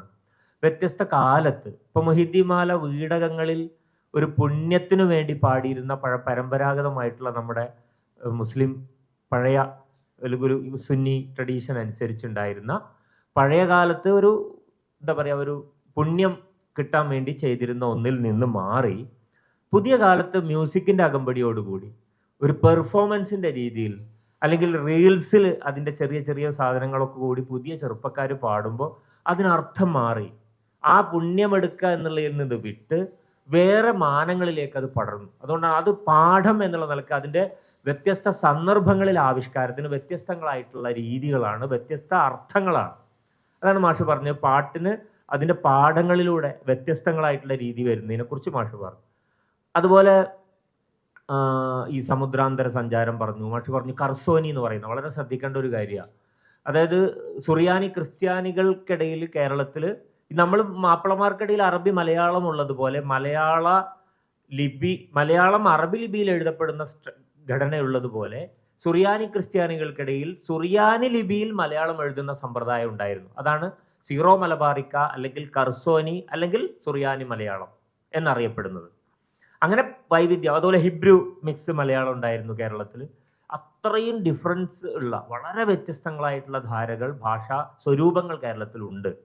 അപ്പോൾ മാപ്പിളപ്പാട്ടിൻ്റെ പ്രതിരോധ ചരിത്രം പറഞ്ഞപ്പോൾ പടപ്പാട്ടിനെ കുറിച്ച് മാഷ് പറഞ്ഞു. ഞാൻ എന്തിനാ ചർച്ചയ്ക്ക് വരാൻ വേണ്ടി ഞാൻ മാഷ് പറഞ്ഞതിനൊന്ന് ലിങ്ക് ഉണ്ടാക്കുക മാത്രമേ ചെയ്യും. പടപ്പാട്ടുകൾ എന്ന് പറയുന്നത് ബദർ, ഉഹുദ്, ഇപ്പോൾ വൈദ്യരുടെ കേസ് തന്നെ പറഞ്ഞാൽ ബദർ, ഉഹുദ്, അതുപോലെ തന്നെ വൈദ്യരും പിതാവും കൂടി ചേർന്ന് എഴുതിയ, മോയിൻകുട്ടി വൈദ്യരും പിതാവും കൂടി ചേർന്ന് പൂർത്തിയാക്കി എഴുതിയ, എഴുതി തുടങ്ങിയപ്പോൾ വൈദ്യരുണ്ടായിരുന്നു, പിന്നെ വൈദ്യർ മരിച്ചു, മകൻ മരിച്ചപ്പോൾ ഉപ്പ ഉണ്ണി മുഹമ്മദ് വൈദ്യരാണ് മഹാകവി മോയിൻകുട്ടി വൈദ്യരുടെ പിതാവ്. അദ്ദേഹം മകൻ മരിച്ചപ്പോൾ വാപ്പ ഉണ്ണി മുഹമ്മദ് വൈദ്യർ പൂർത്തിയാക്കിയ ഹിജ്റ, അങ്ങനെയുള്ള ഇസ്ലാമിക ചരിത്രത്തിലെ പടപ്പാട്ടുകൾ 19ാം നൂറ്റാണ്ടിൽ ജീവിച്ച മോയിൻകുട്ടി വൈദ്യർ കൊണ്ടോട്ടിക്കാരനായ ഒരു മലബാറിലെ ഒരു കവി വിഷയമാക്കുമ്പോൾ യുദ്ധകാവ്യങ്ങൾ അക്കാലത്ത് സൊസൈറ്റിയിൽ എങ്ങനെയാണ് പ്രവർത്തിച്ചത് എന്നുള്ള, സൊസൈറ്റിയിൽ പ്രവർത്തിച്ചത് ബ്രിട്ടീഷുകാരോടുള്ള സമരത്തിന്റെ ഭാഗമായിട്ട്, സവർണ ജന്മിമാരോടുള്ള സമരത്തിന്റെ ഭാഗമായിട്ട് ഈ പാട്ടുകൾ ഒരു ഒരു പ്രചോദക ഘടകമായിട്ട് വർത്തിച്ചു എന്നുള്ളത് ചരിത്രത്തിൽ പലരും രേഖപ്പെടുത്തിയിട്ടുണ്ട്. രക്തസാക്ഷികളായിട്ടുള്ള മാപ്പിളമാരായ ശുഹദാക്കളുടെ ശരീരത്തിൽ നിന്നും പടപ്പാട്ടിന്റെ കോപ്പികൾ കണ്ടെടുത്തതിനെ പറ്റി ഗംഗാധരൻ മാഷ പോലെയുള്ള ചരിത്രകാരന്മാർ രേഖപ്പെടുത്തിയിട്ടുണ്ട്. എന്നുവെച്ചാൽ അത് പ്രചോദനമായി എന്നാണ് അർത്ഥം. അപ്പോൾ പടപ്പാട്ടുകൾ അത് മാത്രമല്ല, പലതരം പടപ്പാട്ട്. ഈ കേരളത്തിലെ ഇപ്പോൾ മലപ്പുറം പട വൈദ്യർ എഴുതിയതാണ്. 1870കളിലോ മറ്റോ 71ലോ ഒക്കെ എഴുതിയതാണ് മലപ്പുറം കിസ്സപ്പാട്ട്. അതിനു മുമ്പ് മണ്ണാർക്കാട് പടപ്പാട്ട്, മഞ്ചേരി പടപ്പാട്ട് തുടങ്ങിയ കാവ്യങ്ങൾ രചിക്കപ്പെട്ടിരുന്നു. അത് ജന്മി വിരുദ്ധ സമരമായിരുന്നു. പക്ഷെ അത് മുഴുവനും കണ്ടെടുക്കപ്പെടുകയോ നശിപ്പിക്കപ്പെടുകയോ ചെയ്തു ബ്രിട്ടീഷുകാരാൽ. അതുകൊണ്ട് അത് നമുക്ക് ലഭ്യമല്ല. ചേറൂർ പടപ്പാട്ട് ലഭ്യമാണ്. സാരസർ ഗുണ തിരു തരുളമാല എന്ന പേരിൽ ചെറൂർ പടപ്പാട്ട് ലഭ്യമാണ്. പക്ഷെ അതും ബ്രിട്ടീഷുകാർ നിരോധിച്ചിരുന്നു. അത് പ്രസിദ്ധീകരിച്ച തിരുരങ്ങാടിയിലെ പ്രസ് സീല് ചെയ്തു. അതിന്റെ കോപ്പികൾ കണ്ടെടുത്ത് വീടുകളിൽ, മാപ്പിളമാരുടെ വീടുകൾ മുഴുവൻ സെർച്ച് ചെയ്ത് അതിന്റെ ടെക്സ്റ്റ് ബാക്കിയുള്ള സ്ഥലങ്ങളിൽ നിന്ന് പിടിച്ചെടുത്ത് കത്തിച്ചു. അതുകൊണ്ട് അങ്ങനെ നിരന്തരം ആവിഷ്കാരത്തെ ഭയപ്പെട്ടിരുന്ന, പാട്ടിനെ ഭയപ്പെട്ടിരുന്ന, എഴുത്തുകളെ ഭയപ്പെട്ടിരുന്ന, കിസ്സപ്പാട്ട് പാടുന്ന പാടിപ്പറച്ചിൽ സദസ്സുകൾ ബ്രിട്ടീഷുകാർ വളഞ്ഞ് അവിടുന്ന് ആളുകളോട് നിരോധിച്ചിരുന്നു. അത് ഓടിച്ച്, കാരണം ആളുകൾക്ക് പ്രചോദനം ഉണ്ടാവും ബ്രിട്ടീഷ് വിരുദ്ധ സമരത്തിന്. പാട്ടുകളുടെ സദസ്സുകളോട് വിരോധം ഉണ്ടായിരുന്നു, നിരോധിച്ചിരുന്നു ബ്രിട്ടീഷുകാർ പലപ്പോഴും. അപ്പോൾ മാപ്പിളപ്പാട്ടുകളുടെ ഒരു പ്രതിരോധ പാരമ്പര്യം അത് സാമൂഹിക ചരിത്രത്തിന്റെ, സാംസ്കാരിക ചരിത്രത്തിന്റെ, രാഷ്ട്രീയ ചരിത്രത്തിന്റെ ഭാഗമാണ്. അത് ഏതുവരെ കമ്പളത്ത് ഗോവിന്ദൻ നായർ അന്നിരൂപത്തൊന്നിൽ നമ്മൾ എന്ന് പറയുന്ന പാട്ട് 1940കളിൽ, അതായത് ഹിച്ച്കോക്കിന്റെ സ്മാരകം വള്ളുവമ്പുറത്ത് ഉണ്ടാക്കിയപ്പോൾ അത് അവിടുന്ന് മാറ്റാൻ വേണ്ടി നടത്തിയ ദേശീയ പ്രസ്ഥാനത്തിന്റെ സമരത്തിന്റെ ഭാഗമായിട്ട് അക്കാലത്ത് ഈ ഇടതുപക്ഷ പ്രവർത്തകനായിരുന്ന കമ്പളത്ത് ഗോവിന്ദൻ നായർ ജാഥ നയിക്കുമ്പോൾ അത് പാടിയിട്ട് നയിച്ചു. അതിൽ മാപ്പിളപ്പാട്ട് എഴുതിയ കമ്പളത്ത് ഗോവിന്ദൻ കേട്ടിട്ടുണ്ടാവും. അന്നിരൂപത്തൊന്നിൽ നമ്മൾ പോലുള്ള അങ്ങനെ ധാരാളം പാട്ടുകൾ. പിൽക്കാലത്ത് പുലിക്കോട്ടിൽ ഹൈദറിനെ പോലുള്ള ആളുകളും ഗാന്ധിയെ പറ്റിയൊക്കെ പിന്നീട് എഴുതുന്നുണ്ട്. പല കോൺട്രവേഴ്സിയൊക്കെ ഉണ്ടെങ്കിലും അങ്ങനെ പലതരം പാട്ടുകൾ ചരിത്ര രേഖകളായിട്ട് സമര പാരമ്പര്യത്തിന്റെ ഭാഗമായിട്ടും മാപ്പിള ചരിത്രത്തിൽ ഉണ്ട്.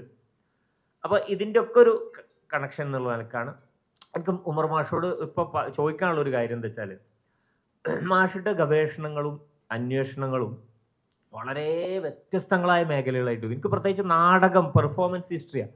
അതിൽ പോലും ഈ മാപ്പിളമാർക്കിടയിലെ പെർഫോമൻസിനെ കുറിച്ച് മാഷ് പലപ്പോഴും എഴുതിയോ പറയുകയൊക്കെ ചെയ്തിട്ടുണ്ട്. പ്രത്യേകിച്ച് അതിൽ മുസ്ലിം ട്രഡീഷൻ അന്വേഷിക്കുന്നത്. അപ്പോൾ ഇറാനിലെ തൗസിയ പോലുള്ള പെർഫോമൻസുകളെ കുറിച്ച് മാഷ് എഴുതിയിട്ടുണ്ട്.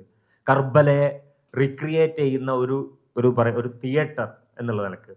അങ്ങനെ മാപ്പിളമാരുടെ പാടിപ്പറച്ചിലിനെ ഒരു പെർഫോമൻസ് ലെവലിൽ ഒക്കെ നോക്കുകയാണെങ്കിൽ ആ തരത്തിൽ ഉള്ളൊരു എന്തെങ്കിലും മാഷയുടെ ഒരു അഭിപ്രായമൊക്കെ കേൾക്കാൻ താല്പര്യമുണ്ട്. ഈ കമ്പളത്ത് ഗോവിന്ദൻ നായരുടെ പാട്ടിനെ കുറിച്ച് ഹിക്മത്ത് സൂചിപ്പിക്കുകയുണ്ടായി. 1944 ആ ഒരു സംഭവം ഉണ്ടാകുന്നത്. പിന്നെ ഹിച്ച്കോക്കിൻ്റെ സ്മാരകത്തിൻ്റെ അടുത്തേക്ക് ഒരു മൂവ്മെൻ്റ് എന്നുള്ള നിലയ്ക്ക് സമരം നയിക്കുക ഈ പാട്ടും പാടിയിട്ട് എന്നുള്ളതായിരുന്നു. പിന്നെ പോലീസ് തടയുകയും അത് കോൺഗ്രസ് നേതാക്കന്മാർ തന്നെ അങ്ങോട്ട് സംഗതി പോയ ആപത്താണ്, അതുകൊണ്ട് നിങ്ങൾ മടങ്ങിപ്പോയായിരിക്കും ഇപ്പം നല്ലത്, കാരണം നിങ്ങളുടെ നിരായുധരായിട്ടുള്ള ആളുകളാണ്, അതുകൊണ്ട് പട്ടാളക്കാരുടെ അടുത്തേക്ക് പോയിക്കൂടെ എന്നൊക്കെ പറഞ്ഞ് തിരിച്ചുവിടുന്നൊരു സംഭവം അത് വന്നിട്ടുണ്ട്. പക്ഷേ ഈ എന്തുകൊണ്ട് അന്ന് വേറൊരു പാട്ട് പാടിയിട്ടൊരു ദേശഗാനം പാടിയിട്ട് അങ്ങനെ പോയിക്കൂടാ എന്നൊരു ചോദ്യമുണ്ട്. മാപ്പിളപ്പാട്ടിൻ്റെ ഈണത്തിൽ തന്നെ കമ്പളത്ത് ഗോവിന്ദൻ നായർ എന്തുകൊണ്ടാണ് ഒരു പാട്ട് എഴുതിയത്? അവിടെയാണ് ഈ പാട്ടിൻ്റെ ഒരു ചാരുത, മാപ്പിളപ്പാട്ട് എന്ന് പറയുന്ന അതിൻ്റെ ഒരു ചാനലിൽ വരുന്ന, അതിൻ്റെ ഒരു പെർഫോമൻസിൽ വരുന്ന ഏറ്റവും മനോഹാരിതയും ഒരു ചാരുതയും അതാണ് സത്യത്തിൽ മാപ്പിളപ്പാട്ടുകൾ ആ നിലയ്ക്കാണ് പൊതുസമൂഹത്തെ ഏറ്റവും അധികം ആകർഷിക്കുന്നത്. അതിൻ്റെ വിവിധ തരത്തിലുള്ള ഇപ്പോൾ പടപ്പാട്ടുകൾക്ക് അതിൻ്റെ ഒരു ഇശൽ ഫോംസ് ഉണ്ട്. എല്ലാ ഇശൽ ഉണ്ടെങ്കിൽ പോലും പടപ്പാട്ടിൽ മൊത്തമായിട്ട് നോക്കുമ്പോൾ അതിൻ്റെ ചില ഇശൽ ഫോംസ് ഉണ്ട്. കുറച്ചുകൂടിയും പിന്നെ യുദ്ധത്തിൻ്റെ ഇതിനെ സമീകരിക്കുന്ന രീതിയിലുള്ള ഇതുണ്ട്. അങ്ങനെ നോക്കുമ്പോഴെന്താണെന്ന് വെച്ചാൽ ഈ മാപ്പിളപ്പാട്ടിനകത്ത് തന്നെ ഒരു പെർഫോമൻസ് എല്ലാത്തിലും ഉണ്ട്. പെർഫോമൻസ് പറഞ്ഞാൽ നമ്മൾ ഒരു മൂവ്മെൻ്റ് ആയിട്ട് ഒരാൾ ഒറ്റയ്ക്കോ ശരീരം കൊണ്ടോ അതിനെ പാടി അവതരിപ്പിക്കുമ്പോൾ, അതിപ്പോൾ നേരത്തെ പറഞ്ഞ സീറ പാട്ടുകളിൽ പോലും അതുണ്ട്. ആ സീറ പാട്ടുകളിൽ പോലും പാടുന്ന ആളുടെ ശരീരത്തിൻ്റെ ഒരു താളവും ആ മറ്റുള്ളൊരു പെർഫോമൻസ് ഉള്ളത് കൊണ്ടാണ് അന്നത്തെ കാണികൾ അത് ഗംഭീരമായിട്ട് കേട്ടിരിക്കുന്നത്. അല്ല വെറുതെ ഒരു പാട്ട് പാടുന്നതുകൊണ്ടല്ല. ഇപ്പം ഞങ്ങളുടെ നാട്ടിൽ തന്നെ നമുക്കൊരു കമ്മതാക്കാനെ കുറിച്ച് എൻ്റെ ഉമ്മ പറഞ്ഞിട്ടുണ്ട്. അദ്ദേഹം വന്നാൽ പിന്നെ ഞങ്ങൾക്ക് ഉത്സവം പോലെയാണ്. അദ്ദേഹം ഈ പിന്നെ വൈദ്യരുടെയും മറ്റൊക്കെ ഈ പാട്ടുകൾ പാടാൻ ഞങ്ങളൊക്കെ അവരൊക്കെ എല്ലാവരും കൂടിച്ചേരും എന്ന് പാട്ട് പാടും. അദ്ദേഹം പാടി പിന്നെ അദ്ദേഹം നിന്ന് പിന്നെ അദ്ദേഹം നൃത്തം ചെയ്യും. അങ്ങനെയൊക്കെയാണ് പാട്ട് എന്നൊക്കെ പറയുന്നത്. എന്ന് പറഞ്ഞാൽ ആ പാട്ടിൻ്റെ ഒരു ലയത്തിൽ ലയിച്ചിട്ട് അതിൽ തന്നെ ഉണ്ടാകുന്ന ഒരു വൈബ്രൻസി ഉണ്ട്, ഒരു ഊർജമുണ്ട് ഒരു മനുഷ്യൻ്റെ. അതെപ്പോഴും നമ്മുടെ പെർഫോമൻസോടനുബന്ധമായിട്ട് മനുഷ്യൻ്റെ പെർഫോമൻസ് ഒരു ക്രിയാരൂപമാണ്, ക്രിയയാണ്. മനുഷ്യൻ്റെ ശരീരത്തിൻ്റെ ക്രിയ, ഏതൊക്കെ തരത്തിൽ നാം ചെയ്യുന്ന ക്രിയകളാണ് പെർഫോമൻസ് എന്ന് പറയാം. അപ്പോൾ ആ പെർഫോമൻസിൻ്റെ ഒരു രൂപത്തിലേക്ക് വരുമ്പോൾ ആ പാട്ടുകൾ കൂടുതൽ ആകർഷകമാകുന്നു. അതിൻ്റെ ഈണം കൊണ്ട് അത് വളരെ മനോഹരമാകുന്നു. അത് എളുപ്പം ആളുകൾക്ക് അതിൻ്റെ ഈണം സ്വായത്തമാക്കാൻ പറ്റും. അത് കേൾക്കുമ്പോൾ അതുവരെ കേൾക്കാത്ത ഒരുപാട് ഈണങ്ങൾ, ദ്രാവിഡ വൃത്തങ്ങളുമായിട്ട് ബന്ധപ്പെട്ട ഒരുപാട് ഈണങ്ങൾ ഇതിനകത്തുണ്ട്. പക്ഷെ അതല്ലാത്ത അറബി ബൈത്തുമായിട്ട് ബന്ധപ്പെട്ട ഒരുപാട് ഈണങ്ങൾ വരുന്നുണ്ട്. അദ്ദേഹം പറഞ്ഞത് ഈ ഒരു സങ്കര, നേരത്തെ അദ്ദേഹം പറഞ്ഞ പോലെ, ഹിക്മത്തുള്ള പറഞ്ഞ പോലെ, ഈ മിക്സഡ് ആയിട്ടുള്ള അല്ലെങ്കിൽ മനുഷ്യനെ ഈ സ്വത്വം എന്നൊക്കെ നമ്മൾ സ്വത്വം എന്നൊക്കെ ഇന്ന് പറയാറ്, ഈ സ്വത്വം എന്ന് പറയുന്ന വാക്ക് പോലും വലിയ അപകടകരമായിട്ടുള്ളതാണ്. കാരണം ഇന്ന് നമുക്കത് പറയുമ്പോൾ നമ്മൾ വിചാരിക്കുക സ്വത്വം എന്നൊക്കെ നമ്മൾ പറയുമ്പോൾ എന്തോ നമ്മുടെ എതിരാളി ആയിട്ടുള്ള ആ ഒരു സംസ്കാരത്തിനെ നമ്മൾ അങ്ങനെയല്ല. കാരണം സ്വത്വം എന്ന് പറയുന്ന ആപത്ത് പിടിച്ച വാക്കാണ്. കാരണം അങ്ങനെ പറയുമ്പോൾ പോലും നമ്മൾ എന്ത് ചെയ്യുകയാണ്, ഒരു പ്രത്യേകമായിട്ടുള്ള ഐഡന്റിറ്റിയിലേക്ക് ചുരുങ്ങുകയാണ്. നേരെ മറിച്ച് മുസ്ലിങ്ങളുടെ സംസ്കാരം എടുത്തു നോക്കുമ്പോൾ, ഇപ്പോൾ NP മുഹമ്മദ് തൻ്റെ ഒരു സംഭാഷണത്തിൽ അദ്ദേഹം പറഞ്ഞിട്ടുണ്ട്, സാധാരണ ഇവിടുത്തെ ക്രിസ്ത്യാനികളെ പോലെ ജൂതന്മാരെ പോലെ ആയിരുന്നില്ല മുസ്ലിങ്ങൾ. കാരണം അവർക്ക് എന്താണെന്ന് വെച്ചാൽ പലരുമായിട്ട് പങ്കുവെക്കാനും പലരുമായിട്ട് ഇഴുകിച്ചേരാൻ പലതരത്തിൽ ഉള്ള കാര്യങ്ങൾ ഇടപെടാനും ഉള്ള ഒരു കെൽപ്പിയൊന്നും കാണിച്ചിരുന്നു. അതിനവർക്ക് ഭാഷ ഉണ്ടായിരുന്നു, പ്രത്യേക ഭാഷ തന്നെ ഉണ്ടായിരുന്നു. അത് വളരെ ഇമ്പോർട്ടൻ്റ് ഒരു കാര്യമാണ്. അപ്പം എന്ന് പറഞ്ഞാൽ അതിൻ്റെ അർത്ഥം ഈ സംസ്കാരത്തിൽ ഇടപെടുന്ന രീതി തന്നെ വളരെ വ്യത്യസ്തമായിട്ട് നിലനിർത്തിയ ഒരു ജനവിഭാഗം എന്നുള്ള നിലയ്ക്കാണ്. പക്ഷെ ഇതൊക്കെ ഇവിടുന്ന് വന്നതെന്ന് പറയുമ്പോൾ നേരത്തെ പറഞ്ഞ ഈ സ്വത്വത്തിൻ്റെ പ്രശ്നം, ഈ സ്വത്വം എന്ന് പറഞ്ഞാൽ നമ്മളിങ്ങനെ കോരിയെടുത്തിട്ട് അല്ലേ, അതിങ്ങനെ കോരിയെടുത്ത് കടഞ്ഞെടുത്ത ഇതിന് തൊടാൻ പറ്റില്ല. അതിനിപ്പോൾ ജൂതന്മാരും ഇപ്പോഴത്തെ RSSകാരൊക്കെ സംഘപരിവാറൊക്കെ പറഞ്ഞത് തന്നെയാണ്. ആ ഒരു സാധനം തന്നെയാണ്. പക്ഷെ ആ സാധനത്തെ അല്ല, നേരെ മറിച്ച് ഇന്ന് തീർച്ചയായിട്ടും പെർഫോമൻസിൽ നമ്മൾ സംഭവിക്കുന്നത് ഒരു ഏകദാനമായിട്ടുള്ള ഒരു ക്രിയാരൂപത്തെ ശരീരം ഉല്ലംഘിക്കുമ്പോഴാണ് ഒരു പെർഫോമൻസ് ഉണ്ടാവും. ഞാൻ പറഞ്ഞത് ഇങ്ങനെ കൂവിയ ഒരു പെർഫോമൻസ് ആവില്ല അല്ലേ. ആ കൂവുന്നത് തന്നെ പല തരത്തിൽ കൂവപ്പെടുമ്പോൾ അല്ലെങ്കിൽ പല തരത്തിലുള്ള ആക്ടിവിറ്റി ഓറിയന്റേഷൻ ഉണ്ടാകുമ്പോൾ നമ്മൾ കൂടുതൽ ആകർഷിക്കുന്ന തരത്തിലുള്ള ഉണ്ടാവും. നമ്മൾ ഈ ഹിപ്പോപ്പ് സംഗീതമൊക്കെ നമ്മൾ ആസ്വദിക്കുന്നത് ഈ ഒരു ചലനക്രമത്തിലാണ്, ശരീരത്തിൻ്റെ ചലനക്രമത്തിലാണ്. അതുപോലെ കോൽക്കളി, നമ്മുടെ തനതായ കലാരൂപം എന്നല്ല കോൽക്കളി, പലതരത്തിലുള്ള കോൽക്കളികൾ, ഹിന്ദുക്കളിൽ കോൽക്കളി, ക്രിസ്ത്യാനികൾക്ക് കോൽക്കളി, എല്ലാ വടക്കൻ കോൽക്കളി, തെക്കൻ കോൽക്കളി, എറണാകുളം കോൽക്കളി, വള്ളുവടാൻ കോൽക്കളി, ഇങ്ങനെ കോൽക്കളിക്ക് ഒരുപാട് ഫോംസ് ഉണ്ട്. പക്ഷെ അതൊക്കെ കലാരൂപം. പക്ഷെ എങ്കിലും നമ്മൾ എന്തുകൊണ്ടാണ് മാപ്പിളമാരുടെ കോൽക്കളി വ്യത്യസ്തമായിട്ട് നിൽക്കുന്നത്? അതിൻ്റെ ചാട്ടത്തിൽ, അതിൻ്റെ ഈ മൂവ്മെൻറ്റിൽ ഒരുപാട് വ്യത്യാസങ്ങളുണ്ട്. അത് ഇവർ ഉപയോഗിക്കുന്ന ടെക്സ്റ്റ് പാട്ടിൻ്റെ വ്യത്യാസവുമായി ബന്ധപ്പെട്ടിട്ടാണ് പലപ്പോഴും നിൽക്കുന്നത്. അതാണ് വളരെ പ്രധാനപ്പെട്ട കാര്യം. അവിടെയും നമ്മൾ എന്താണ് ചെയ്യുന്നത്, ഒരു പെർഫോമൻസ് ലൈനിലാണ്. പെർഫോമൻസ് എന്ന് പറയുന്നത് സത്യം പറയുകയാണെങ്കിൽ ഏത് ജനവിഭാഗമായാലും അവരുടെ ജീവിതത്തിൽ നിന്ന് എടുത്ത് മാറ്റാൻ പറ്റാത്ത ഒന്നാണ്. ഇപ്പം നമ്മുടെ സുംബ നൃത്തത്തെക്കുറിച്ച് വന്നപ്പോൾ വലിയ സംഭവങ്ങൾ ഉണ്ടായപ്പോൾ അല്ലേ, എന്തൊക്കെ തരത്തിലുള്ള സുംബ നൃത്തം ഹറാമാണെന്ന് പറഞ്ഞവരുണ്ടായി. ഒരു കാരണവശാലും ആണും പെണ്ണും ഇഴുകി ചേർന്നുകൂടാന്ന് പറയട്ടെ. ഇന്നത്തെ കുട്ടികളെ കണ്ട നമ്മളൊക്കെ പേരക്കുട്ടികൾ, ആ കുട്ടികളൊക്കെ നൃത്തം ചെയ്തിട്ടാണ് വരുന്നത്. അത്ഭുതപ്പെട്ടു പോകും. ആ കുട്ടികളൊക്കെ നൃത്തം ചെയ്യുകയാണ്. ആ കുട്ടികളുടെ ജനറേഷനോട് പറഞ്ഞ സംഭവത്തിന് പോകരുത്, അത് പരസ്പരം കൂടിക്കല്ല അങ്ങനെ എന്നൊക്കെ പറഞ്ഞിട്ട് വളരെ ഇങ്ങനെയുള്ള കുട്ടികളാണ് നമ്മളുടെ കുട്ടികളൊക്കെ ആയി വരുന്ന ആ കുട്ടികളോടാണ് എന്ന് പറഞ്ഞാൽ നമ്മൾ നിന്നിരുന്ന ഒരു പ്രത്യേകമായിട്ടുള്ള ഒരു കമ്മ്യൂണിക്കേഷൻ സിസ്റ്റത്തിൽ നിന്ന് ആ സിസ്റ്റം വളരെയധികം മാറി വളരെ അപ്ഡേറ്റ് പുതിയ സിസ്റ്റത്തിലേക്ക് ഇലക്ട്രോണിക് സിസ്റ്റത്തിലേക്ക് മാറുന്ന ഒരു ലോകത്ത് അല്ലേ, ഇന്നും പുസ്തകം മാത്രം വായിക്കുക, പുസ്തകം മരിക്കുന്നു എന്നൊക്കെ പറയുന്ന പല്ലവികൾ നിർത്തുന്ന ഒരു ലോകത്ത് സത്യത്തിൽ ഇത് വളരെ ഞാൻ പറഞ്ഞു വരുന്നത് വെച്ചാൽ പെർഫോമൻസ് എന്നുള്ള സാധനം ഒരു കാലത്ത് മാപ്പിളമാരുടെ ശരീരത്തിൽ വളരെ നന്നായിട്ടുണ്ടായിരുന്ന ഒന്നാണ്. പിന്നെ അത് അധ്വാനത്തിൻ്റെ രൂപത്തിലാവട്ടെ, അത് കോൽക്കളി കലയുടെ രൂപത്തിലാവട്ടെ, ഒപ്പനപ്പാട്ടുകളുടെയും മറ്റ് പാട്ടുകളുടെ രൂപത്തിലാവട്ടെ, അങ്ങനെ പലതരത്തിലുള്ള ഈ നേർച്ചകൾ അത് വളരെ പ്രധാനപ്പെട്ട. നമ്മുടെ കേരളത്തിലൊക്കെ നേർച്ചകളുടെ ഒരു കാലം ഉണ്ടായിരുന്നു. അപ്പൊ അന്ന് പ്രോഗ്രസീവ് മൂവ്മെന്റ്സ് ഒക്കെ നേർച്ചകൾ മറ്റതാണ് തവസ്സുൽ ഇസ്തിഹാസം എന്നൊക്കെ പറഞ്ഞ് നമ്മളതിനെ ഒഴിവാക്കി. പക്ഷെ ഇന്ന് നമുക്ക് ആവശ്യമായി വരും, ഇന്ന് പഠിക്കുന്ന നമ്മൾ തന്നെയാണ് അല്ലേ, അങ്ങനെ തന്നെയാണ്. അങ്ങനെ പറഞ്ഞ ആളുകൾ ഇന്ന് അതേക്കുറിച്ചൊക്കെ പഠിക്കുകയാണ്. കാരണം അവിടെ ഒത്തുചേർന്ന് ഇൻസ്ട്രുമെന്റ്സ് ഒത്തുചേർന്നുണ്ട്, കുറെ ചീനിക്കുഴൽ വരുന്നുണ്ട്, അതുപോലെ ബാൻഡ് മേളങ്ങൾ, ചെണ്ട, മറ്റു തരത്തിലുള്ള അറബന അല്ലേ, അറബന, ദഫ്. ഈ ദഫൊക്കെ മുട്ടുമ്പോൾ നമുക്ക് അതിൽ പെർഫോമൻസ് തന്നെയല്ലേ ഫീൽ ചെയ്യുന്നത്. വെറുതെ ഇങ്ങനെ മുട്ടിയാൽ അത് ദഫ് മുട്ടാകും, ഒരു തപ്പെടുത്ത് മുട്ടുന്ന പോലെ. ദഫ് ഇതല്ലേ, ദഫ് തന്നെയാണ് ദഫിലെ. ദഫ് ഇങ്ങനെ മുട്ടുമ്പോൾ അത് മുട്ടുമ്പോൾ അതിൻ്റെ അനുസരിച്ച് താളക്രമം കീപ്പ് ചെയ്യും. ആ തരത്തിലുള്ളൊരു ഉള്ളിൽ നിന്നുള്ള ഊർജ്ജപ്രവാഹം ഉണ്ടാകും. അതിനനുസരിച്ച് നമ്മളുടെ മനസ്സ് പഠിക്കുക, അതിനനുസരിച്ച് നമ്മുടെ പെർഫോമൻസ് ഇങ്ങനെ വൈവിധ്യമായിട്ട് വരും. ഇതൊക്കെ സത്യം പറയാൻ ലോകത്തിലെ എല്ലാ ഉള്ളതാണ്. പക്ഷെ അതിനെ റെസ്ട്രിക്റ്റ് ചെയ്തത് മതത്തിന്റെ ഷർത്തുകളും ഫെറലുകളും വെച്ചാണ്. പിന്നെ അതിനെ റെസ്ട്രിക്റ്റ് ചെയ്യുകയും അല്ലേ, അതിനവിടെ ഇന്ന എക്സാമ്പിൾ, എന്തിനും അവിടെ എക്സാമ്പിൾ വേണം അല്ലേ. പ്രവാചകന്റെ കാലത്ത് എന്തിനും എക്സാമ്പിൾ അങ്ങനെ ആർക്കെയും തിരഞ്ഞാൽ കിട്ടുമോ കാലത്ത്? പ്രവാചകന്റെ കാലത്ത് ഇക്കാലത്ത് നടന്നു പോയിരുന്ന നമ്മൾ തന്നെ അനുവർത്തിച്ചു കൊണ്ടിരിക്കുന്ന ഇതിനൊക്കെ എക്സാമ്പിൾ വേണമെന്ന് പറഞ്ഞാൽ എവിടുന്ന് കിട്ടാനാ? കിട്ടില്ല.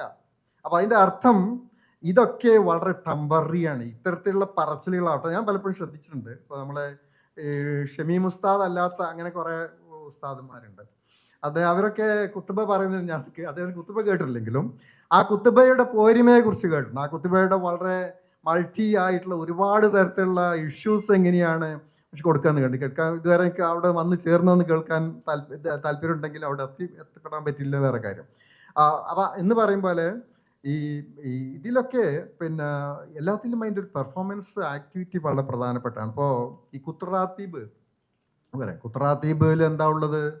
അത് എന്താ റാത്തീബ്, റിഫായ് റാത്തീബ്, മുഹിയുദ്ദീൻ റാത്തീബ്, രണ്ട് റാത്തീബുകളാണ് മിക്കവാറും നമ്മുടെ കേരളത്തിലും ലക്ഷദ്വീപിലൊക്കെ റാത്തീബുകളുടെ കൂട്ടത്തിൽ ഇപ്പം പിന്നെ നടന്നു വരുന്നത്. റിഫായ് റാത്തീബാണ് പലപ്പോഴും ലക്ഷദ്വീപിൽ കൂടുതലുണ്ടെങ്കിൽ നമ്മൾ മുഹിയുദ്ദീൻ ഷെയ്ഖുമായി ബന്ധപ്പെട്ട മുഹിയുദ്ദീൻ റാത്തീബാണ് നമ്മളിവിടെ കാര്യമായിട്ട് വേര് പിടിച്ചതും. അത് ത്വരീക്കത്തിലൂടെ, ആ ഒരു ത്വരീക്കത്താണ് അത്. ആ ത്വരീക്കത്തിലാണ് ആദ്യത്തെ കവി പോലും വരുന്നത്, അങ്ങനെയാണ്. ആ ത്വരീക്കത്താണ് എവിടുത്തെ മാപ്പിളമാരുടെ വേര് പിടിച്ചത്, അങ്ങനെയാണ്. പക്ഷേ ഈ കുത്രാത്തീബിന്റെ അംശങ്ങൾ, അതിനെക്കുറിച്ചാണ് അദ്ദേഹം നേരത്തെ സൂചിപ്പിച്ചത്, തഹ്സിയ എന്നുള്ള രൂപം. അതിലേക്ക് ഞാൻ പറയാൻ വേണ്ടി വരികയാണ്. അതായത് ഈ കുത്രാത്തീബ് അതില് ഇപ്പോ യാ ഷെയ്ഖ് യാ മുഹിയുദ്ദീൻ അബ്ദുൽ ഖാദർ ജീലാനി എന്നൊക്കെ പറയുന്ന ആ ഒരു സാധനം തന്നെയാണ് മുഖ്യമായിട്ടുള്ള ദിക്റ്. അതിനും അനുബന്ധമായിട്ടുള്ള കുറെ ദിക്റുകളുണ്ട്. പക്ഷെ ആ ദിക്റുകൾ അവിടെയാണ് കാര്യം. ആ ദിക്റുകൾ ചൊല്ലി അവതരിപ്പിക്കുമ്പോൾ അവിടെ സംഭവിക്കുന്ന ഒരുപാട് ആക്ടിവിറ്റീസ് ഉണ്ട്. ദബ്ബൂസ് കൊണ്ട് കുത്തുക അല്ലേ, ചോര വരിക, ചോര വരാത്തതും ചോര വരുന്നതുമായിട്ടുള്ള കുത്രാത്തീബുകളുണ്ട് അല്ലേ.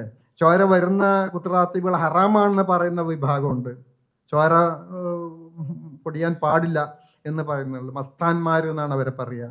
അങ്ങനെ പറഞ്ഞ ഒരുപാട് വിഭാഗങ്ങൾ ഈ കുത്രാത്തീബ് വാസ്തവത്തിൽ ഈ കുത്രാത്തീബ് എവിടുന്നൊക്കെ അന്വേഷിക്കുമ്പോൾ നമ്മളുടെ മാത്രമുള്ള ഇവിടെ നമ്മൾ ചിലപ്പോൾ പറയുകയാണ് അത് ഇവിടുത്തെ 21-ാം കലാപത്തിൽ അങ്ങനെ പറയുന്നവരുണ്ട്. 21-ലെ കലാപത്തിൽ ആ തരത്തിലുള്ള ഒരു ഐഡന്റിറ്റി കീപ്പപ്പ് ചെയ്യുക, അല്ലെങ്കിൽ പ്രതിരോധത്തിന്റെ അല്ലെങ്കിൽ ആ തരത്തിലുള്ള സാധനത്തെ നമുക്ക് ഇതിൽ വായിച്ചെടുക്കാം എന്ന് പറയുന്നുണ്ട്. ആ പറയുമ്പോൾ തന്നെ ഇത് സത്യത്തിൽ നമ്മളുടെ മാത്രം സാധനമല്ല. അവിടെ തഹ്സിയെ കുറിച്ച്, അത് ഇറാനിലെ തഹ്സിയെ കുറിച്ച് പറഞ്ഞത്. സൗത്ത് കൊറിയയിൽ ഞാനൊരു സെമിനാറിന് പോയപ്പോൾ കുത്രാത്തീബായിരുന്നു എൻ്റെ ഒരു വിഷയം. അന്ന് തിയേറ്റർ പിന്നെ പെർഫോമിംഗ് ആയിട്ടുള്ള ബന്ധപ്പെട്ടൊരു സെമിനാർ വിഷയമാണ്. അപ്പോൾ ആ പ്രബന്ധം അവതരിപ്പിച്ച് കഴിഞ്ഞപ്പോൾ അതിൻ്റെ പിന്നെ കുത്രാത്തീബിൻ്റെ സ്പെഷ്യാലിറ്റി, അതിലെ ദിക്കറുകൾ, അതിൽ ചെയ്യുന്ന ആക്ടിവിറ്റി, അതിൽ കുത്തുന്നത്, അതിൽ ചോര വരുന്നത്, അപ്പോൾ തന്നെ ഇത് വെച്ചിട്ട് പൊടിയിട്ടിട്ട് അല്ലേ നമ്മളെ ഇവരൊക്കെ ചെയ്യുന്ന പോലെ അത് ഉണങ്ങുന്നത്, ഇങ്ങനെയൊക്കെയുള്ള ഒരുപാട് മിസ്റ്ററീസ് അതിനകത്തുണ്ട്. ഇതൊക്കെ പറഞ്ഞപ്പോൾ ഒരു പാകിസ്ഥാനി സ്കോളർ അവർ ഇത് തന്നെയാണ് ഞങ്ങളുടെ തഹ്സിയയുടെ ഒക്കെ ഇതെന്ന് പറഞ്ഞിട്ട് അവരും ഗണിച്ചു. ഷിയാക്കളുടെ അത് ഉത്തരേന്ത്യയിൽ പോയി നമുക്ക് കാണാമല്ലോ തഹ്സിയ. ഞാൻ ഇഷ്ടംപോലെ കണ്ട അലിഗഡിലായിരുന്ന സമയത്ത് തഹ്സിയ അവർ ഈ കുത്തുന്നതും പിന്നെ മുഹറം 10 ആവുന്ന പെർഫോമൻസും, അത് ഇമാം ഹുസൈൻ്റെ അവിടെ ആ ചരിത്രത്തെ റിപ്രൊഡ്യൂസ് ചെയ്യാൻ വേണ്ടിയാണ്. എന്ന് പറഞ്ഞാൽ നമ്മുടെ കുത്രാത്തീബ് എന്ന് പറഞ്ഞാൽ നമ്മൾ ഉണ്ടാക്കിയ ഒരു തഹ്സിയാണ്.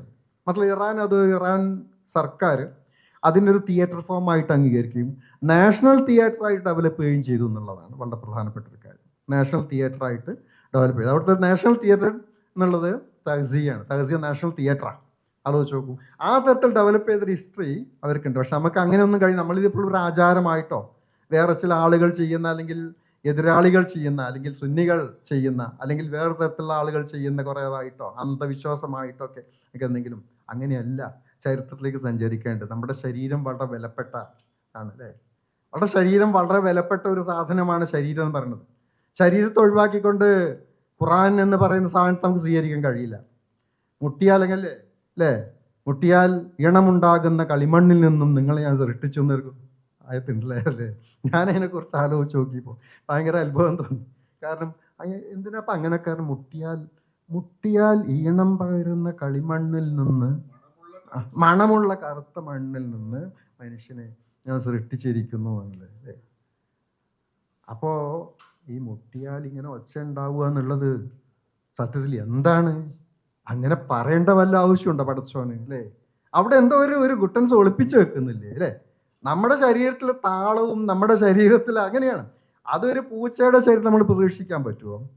നമുക്ക് പ്രതീക്ഷിക്കാൻ പറ്റുമോ? മനുഷ്യൻ്റെ ശരീരത്തിൽ പ്രതീക്ഷിക്കാൻ പറ്റും. മനുഷ്യൻ്റെ ശരീരത്തിൽ തന്നെയാണ് നമ്മളിങ്ങനെ എന്താ പറയുക, ഈ പിന്നെ നമ്മളൊരു പാട്ട് കേൾക്കുമ്പോൾ എന്തുകൊണ്ട് നാം അറിയാതെ നമ്മുടെ കൈവിരലുകൾ ഇങ്ങനെ തരംഗാങ്കിതമായി മാറുന്നു അല്ലേ? ഒരു പാട്ട് കേൾക്കുമ്പോൾ നാം അറിയാതെ തന്നെ നമ്മളിങ്ങനെ ഒരു മുദ്രകളിലേക്കും അറിയാതെ ഒരു താളത്തിലേക്കുമൊക്കെ നമ്മുടെ കൈകാലുകൾ പോകാൻ പാടുണ്ടോ? ഹറാമാണെന്ന് പറഞ്ഞാൽ എന്താ ചെയ്യുക അല്ലേ?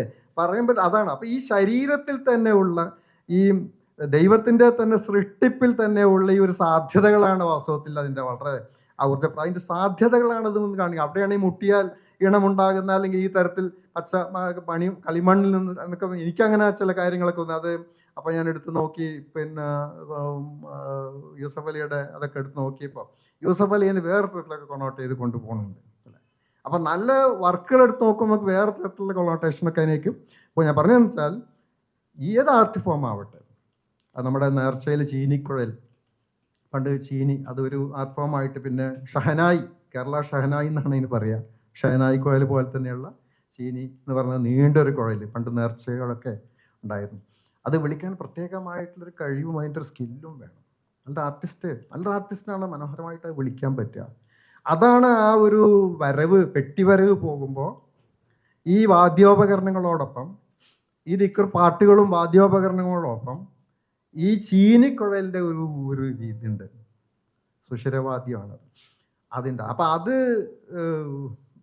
വായിക്കുന്ന ആളുടെ ഒരു ശരീരഘടന, അതിലിങ്ങനെ ഒരു വരവ് പോലെ ഇങ്ങനെ ആളുകളുടെ പോവുക, അതിൻ്റെ ഒരു ഭക്തി ഇങ്ങനെ ആസ്വദിച്ചു കൊണ്ടിരിക്കുക, അവിടെ ചെല്ലുമ്പോൾ ചീറിന് കിട്ടുന്നുള്ള ഒരു ഭൗതികമായുള്ള സന്തോഷം ഉണ്ടാവുക, ഇങ്ങനെ ഇങ്ങനെ പോകുന്ന പലതരത്തിലുള്ള ജീവിതങ്ങളുടെ ഒരു ഇതായിട്ട് മാറുകയാണ്. അപ്പോൾ ഒരു തഹ്സിയ എന്ന് പറഞ്ഞ, അപ്പം ഞാൻ പറഞ്ഞ തഹ്സിയ എന്ന് പറയുന്ന ഈ ഒരു നമ്മുടെ ഈ കുത്രാത്തീബിൻ്റെ എവിടെയാണ് നമ്മളുടെ ഒരു ആർട്ട് ഫോമിൻ്റെ ഒരു കവിതയുടെ, അതാ ഞാൻ പറഞ്ഞൊരു പാട്ടിൻ്റെ നേരത്തെ പറഞ്ഞ സിനിമയെ കുറിച്ച് പറഞ്ഞ പോലെ മൂലം ബീജം എവിടെ കിടക്കുകയെന്ന് അറിയാൻ പറ്റില്ല, ഏത് സംസ്കാരത്തിലാണ് കിടക്കുകയെന്ന് അറിയാൻ പറ്റില്ല. അവിടെയാണ് മിംഗ്ലിംഗ് കൾച്ചറിൻ്റെ ഒരു ഇമ്പോർട്ടൻസ് പറഞ്ഞത്. സ്വത്വം എന്ന് പറയുന്നതിന് നമ്മൾ എപ്പോഴും വിഘടിപ്പിച്ചുകൊണ്ടിരിക്കുന്നു പറഞ്ഞു. സ്വത്വം എന്ന് പറഞ്ഞാൽ അത് എൻ്റെ എന്താ പറയുക, എൻ്റെ കുടുംബസ്വത്വം എന്നല്ലത്.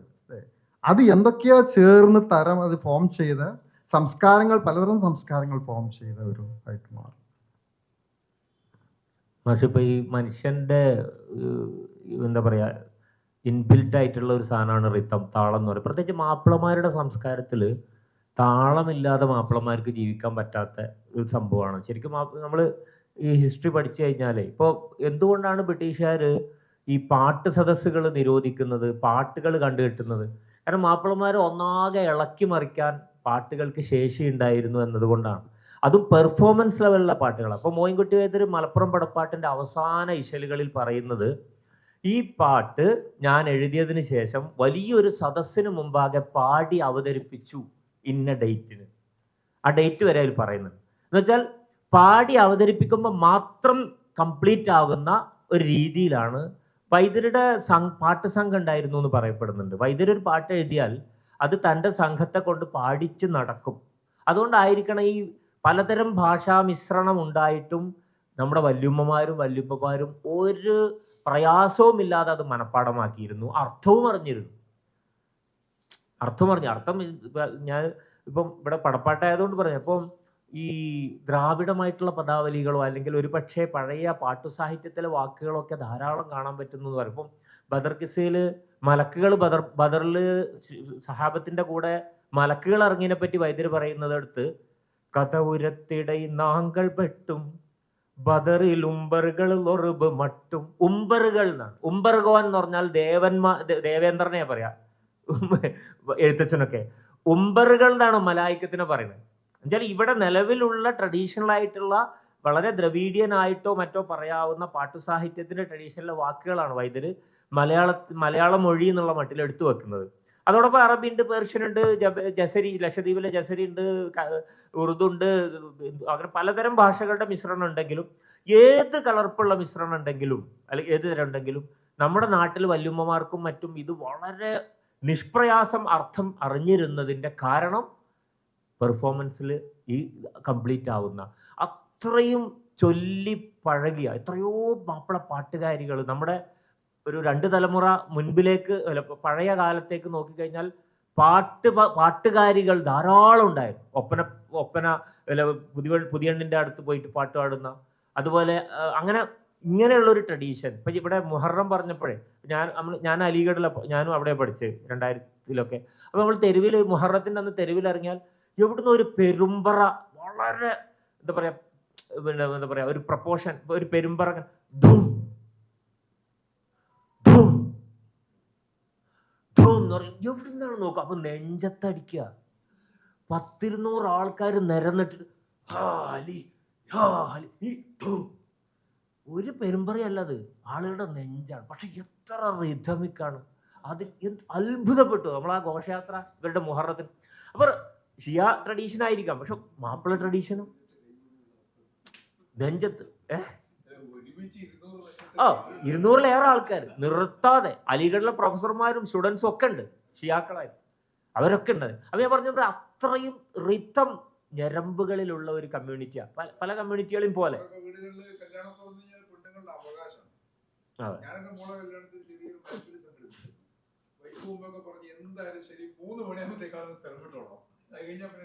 അവർക്കുള്ള അങ്ങനെ തന്നെയായിരുന്നു പണ്ട്. അങ്ങനെ സ്ത്രീകളുടെ ഒരു വലിയ പാട്ട് സംഘങ്ങൾ, അതൊരു ആണുങ്ങളുടെ പാട്ട് സംഘങ്ങൾ. പിന്നെ ആലോചിച്ച് നോക്കി. അപ്പോൾ ഇത്തരം പെർഫോമൻസ്, ഞാനതാ പറഞ്ഞു, യുദ്ധത്തിന് പോകുമ്പോൾ പാട്ടിന്റെ കോപ്പി അരയിൽ, എത്ര അത്ഭുതകരമാണത്. രക്തസാക്ഷികളുടെ പിന്നെ അരയിൽ നിന്ന് പാട്ടിന്റെ കോപ്പി എടുക്കുക. എപ്പോഴാ പറയുന്നത് പാട്ട് ഒഴിഞ്ഞ നേരപ്പോ ആലോചിച്ച് മരിക്കാൻ പോകുമ്പോഴും പാട്ട്.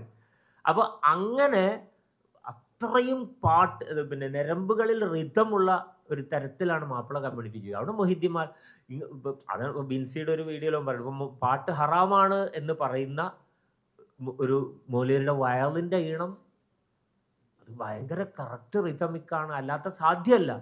അപ്പൊ ഹൃദയമിടിപ്പ് പോലെ, ധമനികളിൽ രക്തമോടുന്നത് പോലെ മനുഷ്യന്റെ കൂടെ സംഗീതവും താളവും അത് ഏറ്റവും കൂടുതൽ സാക്ഷാത്കരിച്ച സമുദായമാണ് മുസ്ലിം സമുദായം എന്ന് പറയുന്നത്, മാപ്പിള സമുദായം. അതുകൊണ്ടാണ് ഇപ്പൊ ഈ പ്രതിരോധം എന്ന് പ്രത്യേകമായിട്ട് പറയേണ്ട കാര്യമില്ല എന്ന് എനിക്ക് തോന്നുന്നത്. കാരണം ഒന്ന് ഭാഷ കൊണ്ട് പ്രതിരോധം ഉണ്ടായിട്ടുണ്ട്. ഇപ്പോ വൈദ്യരൊക്കെ മണക്കുമ്പോൾ ശജറ് കൊമ്പ് മുറിന്ത് താനേ മനം ഞെട്ടി ഇരുപേരും ഭുവിയിൽ വീണേ ഉണർന്നപ്പോൾ കിനാവിന്ന് ഹുസ്നുൽ ജമാൽ, ഉടയോനെ സഹിത്ത് ഞാൻ ഇരിക്കാഹി ഹാൽ എന്ന് പറയുന്നുണ്ട്. ഹുസ്നുൽ ജമാൽ ഒരു സ്വപ്നം കണ്ടതാണ്. ബദർ മുനീറിനെ നഷ്ടപ്പെട്ടതിന് ശേഷം ബദർ മുനീർ സ്വപ്നത്തിൽ ഒരു മരക്കൊമ്പത്ത് അവൾ ഇരിക്കുന്നത്, മരക്കൊമ്പത്ത് ഇരിക്കുമ്പോൾ സ്വപ്നത്തിൽ ബദർ മുനീർ അടുത്ത് വന്ന് ഉമ്മ വെക്കാൻ നിൽക്കുമ്പോൾ മണക്കുമ്പോൾ ഷജർകൊമ്പ് മുറിന്ത് താനേ മനഞ്ഞെട്ടി ഇരുപേരും ഭൂമിയിൽ വീണെന്ന്. ഞെട്ടിയിട്ട് പെട്ടെന്ന് ഉറക്കുണർന്ന് ഭൂമിക്ക് വീണു. അപ്പൊ ഷജർകൊമ്പ് എന്ന് എന്തിനാ വൈദ്യര് പറയണമെന്ന് ഞാൻ ആലോചിച്ചിട്ടുണ്ട് എൻ്റെ ഒരു വായനയുടെ ഭാഗമായിട്ട്. മരക്കൊമ്പ് എന്ന് പറഞ്ഞാലും പാട്ടിന് ഒരു കുഴപ്പം വരില്ല. മണക്കുമ്പോൾ മരക്കൊമ്പ് മുറിന്ത് ഒരു കുഴപ്പമില്ല. അവിടെ പോയിട്ട് ഷജർകൊമ്പ് പ്രത്യേക പദ സംയുക്തം ഉണ്ടാക്കിയിരിക്കുക. രണ്ട് ട്രഡീഷൻ, രണ്ട് കൾച്ചർ. അതൊരു തരത്തിൽ ഭാഷയിലുള്ള ഒരു പ്രതിരോധ മൂല്യമാണെന്നാണ് ഞാൻ മനസ്സിലാക്കുന്നത്. ഭാഷ ഉപയോഗിക്കുന്നിടത്ത പ്രതിരോധം. കാരണം വൈവിധ്യമുള്ള സംസ്കാരങ്ങളെ ചേർത്ത് വെക്കുക, കൂട്ടിയിണക്കുക എന്നുള്ളതാണ് വളരെ എന്താ പറയുക, സാങ്കേതികമായി ടെറിട്ടോറിയൽ ആയിട്ടുള്ള ഒരു ഭാഷാ ഭാവനയാണ് അക്കാലത്ത് കേരളത്തിൽ ഉണ്ടായിരുന്നത്. അതിനെ ബ്രേക്ക് ചെയ്തുകൊണ്ട് വ്യത്യസ്തങ്ങളായ ഭാഷാ സ്വരൂപങ്ങളെ ചേർത്ത് വെക്കുക, മിശ്ര സംസ്കൃതിയെ. അതാണ് ഈ മിശ്ര സംസ്കാരം. ഐഡന്റിറ്റിയെ കുറിച്ച്, സ്വത്വത്തെക്കുറിച്ച് മാഷ് പറഞ്ഞെന്ന് എനിക്ക് തോന്നിയ ഒരു നിരീക്ഷണം ഞാൻ പറഞ്ഞു എന്ന് മാത്രമേ ഉള്ളൂ. അങ്ങനെ നോക്കിക്കഴിഞ്ഞാൽ തീവണ്ടിയെക്കുറിച്ച് മാഷ് തീവണ്ടിയെ ദേശീയതയായിട്ട് കണക്ട് ചെയ്ത് പറഞ്ഞിട്ടുണ്ട്. മോയിൻകുട്ടി വൈദ്യരാണ് ഒരുപക്ഷെ ആദ്യമായി തീവണ്ടിയെക്കുറിച്ച് പാട്ട് എഴുതുന്നുണ്ടാവുക മലയാളത്തിൽ. മലയാള പതിയതിൽ അതിശയ തീവണ്ടി വந்தாർ മനിതോർ മതമെന്താ, മനിതോർ മതമെന്താം, മല കിടുങ്ങിടുന്നു അയരങ്ങളെന്താം, അല കടലോരം വീടും മസലുര ചിന്താം, മലയാള പതിയതിൽ അതിശയ തീവണ്ടി വந்தாർ മനിതോർ മതമെന്താ. ആദ്യമായി തീവണ്ടിയെ പറ്റി പാട്ടെഴുതിയ ഒരു മലയാള കവി മോയിൻകുട്ടി വൈദ്യര. അതിനുശേഷമാണ് ആശാൻ ഒക്കെ പിന്നീട് എഴുതുന്ന, അല്ലെങ്കിൽ നടുവത്ത് മഹൻ നമ്പൂതിരി എഴുതുന്നത് ഒക്കെ ഒരു അപ്പൊ എന്താ തീവണ്ടി പോലെയുള്ള ദേശീയ അല്ലെങ്കിൽ ഒരു വൈദേശികമായി ഇവിടെ വന്നു ചേർന്ന ഒരു രാഷ്ട്ര സ്വരൂപത്തിനെ പരസ്പരം ലിങ്ക് ഉണ്ടാക്കുന്ന ഒരു ഗതാഗത സംവിധാനത്തെ, ഒരു ആധുനിക ഗതാഗത സംവിധാനത്തെ, പുതിയ രാഷ്ട്ര നിർമ്മാണത്തിന്റെ ഇതിനു വേണ്ടി ഏറ്റവും കൂടുതൽ പ്രയോജനപ്രദമായ ഒരു സംവിധാനത്തെ അക്കാലത്ത് തന്നെ വൈദ്യര് മനസ്സിലാക്കുന്നു, കാണുന്നു. അതിനോടുള്ള ഒരു കൗതുകം എന്ന മട്ടിൽ തൻ്റെ 10ാമത്തെ വയസ്സിൽ 1851 ജനിച്ച, അതിൽ കോൺട്രവേഴ്സി ഒക്കെ ഉണ്ട്, 51 ജനിച്ച മോയിൻകുട്ടി വൈദ്യർ 61 ചാലിയം തിരൂർ തീവണ്ടിപ്പാത വന്ന സമയത്ത് കൊണ്ടോട്ടിക്കാരനായ വൈദ്യർ ഒരു പക്ഷേ അവിടെ പോവേ അല്ലെങ്കിൽ വാപ്പാന്റെ കൂടെ പോവേ കേൾക്കുകയോ ചെയ്തിരിക്കാം. കണ്ട പോലെയാണ് ഇതിലെ വർണ്ണന, മുഴുവനും കണ്ട പോലെയാണ്. ഒരു സ്റ്റേഷനിൽ കൽക്കരിയെ കുറിച്ച് പറയുന്നുണ്ട്, അങ്ങനെ പോകുന്നു, ഒരു കൊടി വീശുന്നതിനെ കുറിച്ച് പറയുന്നുണ്ട്, ഇതൊക്കെ പറയുന്നുണ്ട്. ആ തീവണ്ടി സ്റ്റേഷൻ മുഴുവൻ വർണ്ണിക്കുകയാണ് ആ പാട്ടിൽ ചെയ്യുന്നത്. അപ്പൊ അവിടെ പോയി കണ്ടിട്ടുണ്ടാവും. എന്നിട്ട് അതിനോടുള്ള ഒരു എന്താ പറയാ, അത് പ്രതികരണം രേഖപ്പെടുത്തുന്ന പോലെ പാട്ടിലൂടെ സാമൂഹികമായ മാനങ്ങളുള്ള തരത്തിൽ കാര്യങ്ങൾ കാണുന്നു എന്നുള്ളത്. മലപ്പുറം കിസ്സപ്പാട്ട് ചരിത്രമാണ് ഞാൻ പറയുന്നത് എന്നാ പറയണ. ഞാൻ നിങ്ങളോട് ഒരു ഈ ചരിത്രം എന്തിനാണ് പറയുന്നത്? ഇപ്പൊ ബഷീർ എന്തിന് കഴുത എഴുതുന്നു? ബഷീർ ദമേനിൽ എം എ റഹ്മാൻ മാഷോട് പറയുന്നുണ്ട്. ബഷീർ നാട്ടിൽ ഇങ്ങനെ ആൾക്കാർ അല്ലെ ഞാൻ ഇങ്ങനത്തെ മുസ്ലിങ്ങളെ എവിടെയും കണ്ടിട്ടില്ല ഇവർ ഈ പറയുന്ന കഥകളിലെ പോലെ. അതുകൊണ്ട് എനിക്ക് പരിചയമുള്ള മുസ്ലിങ്ങളെ പറ്റി ഇതിനൊരു മറുപടി എന്നുള്ള ഒരു സാധനം എഴുതണം എന്ന് തോന്നി എന്ന് പറയും പോലെ ഇയാൾ പറയാ, വരുന്ന ആൾക്കാലത്ത് ആളുകൾ ഇത് പാടി നടക്കാൻ വേണ്ടിയിട്ടും ഇതൊരു രേഖയായി സൂക്ഷിക്കണം എന്നുള്ളത് കൊണ്ടും എന്ന് പറയുന്നുണ്ട്. മാത്രമല്ല ഇതൊരു വസിയത്തിന്റെ ഭാഗമായിട്ടാണ് എഴുതുന്നത് വൈദ്യര് പറയുന്നത്. ഈ മലപ്പുറത്ത് പള്ളി സംരക്ഷിക്കാൻ വേണ്ടി രക്തസാക്ഷികളായ 40 പേരുടെ ചരിത്രത്തിൽ അവർ പറഞ്ഞതായിട്ട് വൈദ്യര് പറയാണ്. അവർ മരിക്കുന്നതിന് മുമ്പ് ഒരുമിച്ച് കൂടിയിരുന്ന് പ്രതിജ്ഞ ചെയ്ത സമയത്ത് അവർ പറഞ്ഞു, വരും കാലത്ത് നമ്മളിൽ ആരെങ്കിലും ജീവിച്ചിരിപ്പുണ്ടെങ്കിൽ അല്ലെങ്കിൽ ഒരു സന്ദേശം വരും തലമുറക്ക് കൈമാറണം, ഇതിനെപ്പറ്റി ആരെങ്കിലും എഴുതണം, കവി നുവൽവതിന് ഇതാരെങ്കിലും പാട്ടെഴുതണം പിൽക്കാലത്ത്, ആ ദൗത്യമാണ് ഞാൻ നിറവേറ്റുന്നത് എന്ന് പറഞ്ഞുകൊണ്ടാണ് വൈദ്യര് മലപ്പുറം കിസ്സപ്പാട്ട് എഴുതുന്നത്. ഇങ്ങനെയൊക്കെയുള്ള ഭയങ്കരമായിട്ടുള്ള ആ കണ്ടിന്യൂറ്റിയെ പറ്റി, ചരിത്രത്തിന്റെ തുടർച്ചകളെ പറ്റിയൊക്കെ ധാരണയുള്ള വലിയ സ്കോളർഷിപ്പുള്ള ആൾക്കാരായിരുന്നു ഒരു മുസ്ലിം. മാപ്പിള പെണ്ണുങ്ങളെ കുറിച്ചൊക്കെ വൈദ്യര്, മാപ്പിള പെണ്ണുങ്ങള് അങ്ങാടിയിൽ ഇറങ്ങിയിട്ട് പാറനമ്പിയോട് സംവാദം നടത്താൻ വേണ്ടി അങ്ങാടിയിൽ ഇറങ്ങുക, നയസംഭാഷണം നടത്തുക. മലപ്പുറത്തിന് അങ്ങാടി കൂടി ഇറങ്ങി പാറനമ്പിയുടെ കൊട്ടാരത്തെ ചെന്നിട്ട് മന്ത്രിമാരോട് സംസാരിക്കുക, യുദ്ധം ഒഴിവാക്കണം. മാപ്പിള പെണ്ണുങ്ങൾ നല്ല സൂക്ക് അടവേ എരിപ്പിൻ എന്നാൽ നായൻ വീടെരിപ്പാതെ ഒസിത്ത് നിന്നാൽ, നായൻ വീടെരിപ്പാതെ ഒസിത്ത് നിന്നാൽ വല്ലികൾ നമുക്കുൾ മെയ്യാഭരണങ്ങൾ ബദലായി തരാമെന്ന് ഓതി പെൺകൾ നായൻ വീടെരിപ്പാതെ ഒസിത്ത് നിന്നാൽ എന്ന് പറയാണ്. ഈ പള്ളിയുടെ നായൻ വീട്, അള്ളാന്റെ വീടുകൾ കത്തിക്കാതെ നിന്നാൽ ഞങ്ങൾ വേണമെങ്കിൽ ആഭരണം മുഴുവൻ നിങ്ങൾക്ക് കാഴ്ചവെക്കാം, എങ്ങനെയെങ്കിലും യുദ്ധം ഒന്ന് ഒഴിവാക്കൂ, മനുഷ്യരെ കൊല്ലുന്നത് നിർത്തൂ എന്ന് പറയുന്നത് പെണ്ണുങ്ങളാ. നായൻ വീട് അള്ളാന്റെ വീട് അത് എല്ലാ മാപ്പിള ഇതിലും അള്ളാനെ നായൻ എന്നാ പറയും, നായർ. അത് മാപ്പിളയിൽ മാത്രമല്ല സർ, പാട്ടു സാഹിത്യത്തിലും അല്ലേ. അത് ദൈവം എന്നുള്ള അർത്ഥത്തിൽ ആ കാലഘട്ടത്തിൽ, അതെ, പ്രഭു മൂപ്പൻ എന്നുള്ള അർത്ഥത്തിൽ ഉണ്ടായ വാക്കാണ്, ലോർഡ് എന്നുള്ള അർത്ഥത്തിൽ ഉണ്ടായ വാക്കാ. അപ്പോ ഇങ്ങനെ മാപ്പിള പെണ്ണ്, ഇത് 1720കളിലാണ് മലപ്പുറം പട നടക്കുന്നത്. 1720 മലപ്പുറത്തെ പെണ്ണുങ്ങൾ റോട്ടിലിറങ്ങിയിട്ട് പിന്നെ രാജാവിനോട് സംസാരിക്കാൻ പോയിരുന്നു എന്നുള്ളതിന്റെ ഡോക്യുമെന്റ് ആണ്. 1721 മലപ്പുറത്തെ പെണ്ണുങ്ങൾ വീട്ടിലിരിക്ക മാത്രമല്ല, റോട്ടിലിറങ്ങിയിട്ട് രാജാവിനോട്, ഭരണാധികാരിയോട്. അപ്പൊ ആലോചിച്ച് നോക്കൂ, അതിന്റെ ഡോക്യുമെന്റേഷൻ നടത്തിയിരിക്കുന്നു വൈദ്യര്. അപ്പൊ നിങ്ങൾക്ക് ചരിത്രത്തിലെ ഈ പ്രതിരോധത്തിന്റെ വാല്യൂസ്, അതിൽ ആൺ പെൺ ഒക്കെ വ്യത്യാസമില്ലാതെ നിങ്ങൾക്ക് ഒരു തരത്തിൽ വളരെ കൗണ്ടർ ആയിട്ടുള്ള ഒരു കൾച്ചറൽ സ്പെക്ട്രം, ഒരു സാധനം നമുക്ക് മുന്നോട്ട് വെക്കാൻ മാപ്പിള സാഹിത്യത്തിന്, മാപ്പിള പാട്ടുകൾക്ക് സാധിച്ചിട്ടുണ്ട് എന്ന് ഇതിനോട് കൂട്ടിച്ചേർത്തുന്നേ ഉള്ളൂ. ഇനി സദസ്സിന് അവസരം കൊടുക്കാമെന്ന് വിചാരിക്കുന്നു. മാഷേ,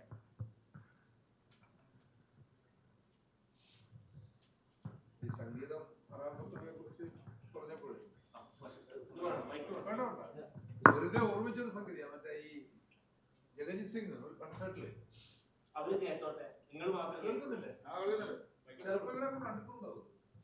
ജഗജിത് സിംഗ് ഒരു കൺസേർട്ടില് പിന്നെ അദ്ദേഹം പറയുന്നുണ്ട്, ഞാനിപ്പോ ഉപയോഗിക്കുന്ന നൊട്ടേഷൻ അദാൻ്റെതാണെന്ന് പറയുന്നത്.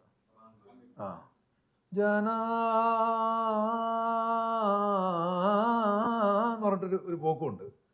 അപ്പൊ ആ ഒരു എന്ന് പറഞ്ഞാൽ, പിന്നെ മുമ്പ് ഇല്യാസ് മൗലവി തമാശയായിട്ട് പറഞ്ഞൊരു വർത്താനുണ്ട്, ഈ സംഗീതം ഹറാമാണെന്ന് ഒരാളിങ്ങനെ വാദിച്ചുകൊണ്ടിരിക്കുന്ന സമയത്ത്, ഈ സംഗീതം അല്ല, അവർക്ക് സംഗീതം എന്ന് പറഞ്ഞാൽ ഉപകരണങ്ങൾ, അതതിൻ്റെ വേറൊരു ഭാഷ. മ്യൂസിക് ഹറാമെന്നാ പറയാ. മ്യൂസിക് ഹറാമായിട്ട് ഉപകരണങ്ങളാണ് അവർ മ്യൂസിക് എന്ന് പറയുന്നത്. അപ്പോഴാണ് ഈ ഫോൺ റിങ് ചെയ്തത്. ഇപ്പം എല്ലാം പല പിന്നെ ഈണത്തിലാണല്ലോ. അപ്പോൾ ഉടനെ മൗലവി പറഞ്ഞു, അങ്ങനെയാണ് പിന്നെ നിങ്ങൾ ഹറാമായതൊന്നും കൊണ്ട് നടക്കാൻ പാടില്ലല്ലോ. എന്നോട് എനിക്കൊരാള്, എൻ്റെ മകൻ പിന്നെ ഓൻ ഗിറ്റാറിസ്റ്റാണ്, ഈ കൺട്രി മ്യൂസിക്കിൻ്റെ ഒരാളാണ്. അപ്പോൾ ഓൻ ആക്സിഡൻ്റായി കിടക്കുന്ന സമയത്ത് എൻ്റെ ഗിറ്റാർ ഒന്ന് ട്യൂൺ ചെയ്യാൻ വേണ്ടിയിട്ട് ആ കണ്ണൂർ പോയി. അവിടുന്ന് നോക്കുമ്പോൾ സ്ട്രിങ് മൊത്തം മാറ്റേണ്ടി വന്നു. അപ്പോൾ അത് സമയമെടുത്ത് കുറച്ച്. ഞാൻ തിരിച്ച് വീട്ടിലെത്തിയ ശേഷം ലോറ നിസ്കരിക്കാമെന്ന് വിചാരിച്ചാൽ, സമയമെടുത്തത് കൊണ്ട് ഞാൻ ലോറ നിസ്കരിക്കാൻ വേണ്ടി പള്ളിയിൽ പോയി, സാധനവും കൊണ്ട് നിസ്കരിച്ച് പുറത്തിറങ്ങുന്നത് വരെ എന്നെയും കാത്തിട്ട് ക്ഷമയോടുകൂടി ഒരു പയ്യനിങ്ങനെ എന്ന് പറഞ്ഞാൽ, പിന്നെ തടിയും പാൻറ്റിൻ്റെ അറ്റവും തമ്മിൽ നല്ല സജീവമായ പ്രണയബന്ധമുള്ള പിന്നെ ഒരു ചെറുപ്പക്കാരൻ എന്നോട് ചെയ്തെന്താ സാധനം, ഞാൻ വെറുതെ കണ്ടുകൂടെ ഗിറ്റാർ, ഇതും കൊണ്ട് പള്ളി കയറാൻ വേണ്ടോ ചോദിച്ചു. ഞാൻ പറഞ്ഞു, 5,000 രൂപ വിലയുള്ള സാധനമല്ലേ, പുറത്ത് വെച്ചിട്ട് കയറാൻ പറ്റുമോ, ആരും എടുത്തോണ്ട് പോയില്ലേ. അന്നേരം അവൻ്റെ ചോദ്യം, നിങ്ങൾ മദ്യക്കുപ്പിയും കൊണ്ടുപോയി. ഞാൻ പറഞ്ഞു, ആ ചോദ്യം വാലിഡല്ല, കാരണം ഞാൻ കണ്ടുപിടിക്കില്ല. അപ്പൊ ഇങ്ങനെയുള്ളൊരു വാദം ഒരു ഭാഗത്ത്, അതേസമയം തന്നെ മറുഭാഗത്ത് ഈ ഒരു സംഗീതത്തിൻ്റെതായ ഒരു സംസ്കാരം. ഇപ്പോൾ നോർത്ത് ഇന്ത്യയിലെ ഖുർആൻ പാരായണ രീതി, ബാങ്ക് വിളിയുടെ രീതി, നമ്മളിപ്പോൾ ഈ ആഫ്രിക്കയിലൊക്കെ ബാങ്ക് കേട്ടിട്ടുണ്ട്, അത് വ്യത്യസ്തമാണ്. ഓരോ മ്യൂസിക് ട്രഡീഷൻ എന്താണോ അതിനെ സ്വാംശീകരിച്ചുകൊണ്ടാണ് അത്തരം സംഗതികൾ. നമുക്കറിയില്ല എന്നേ ഉള്ളൂ.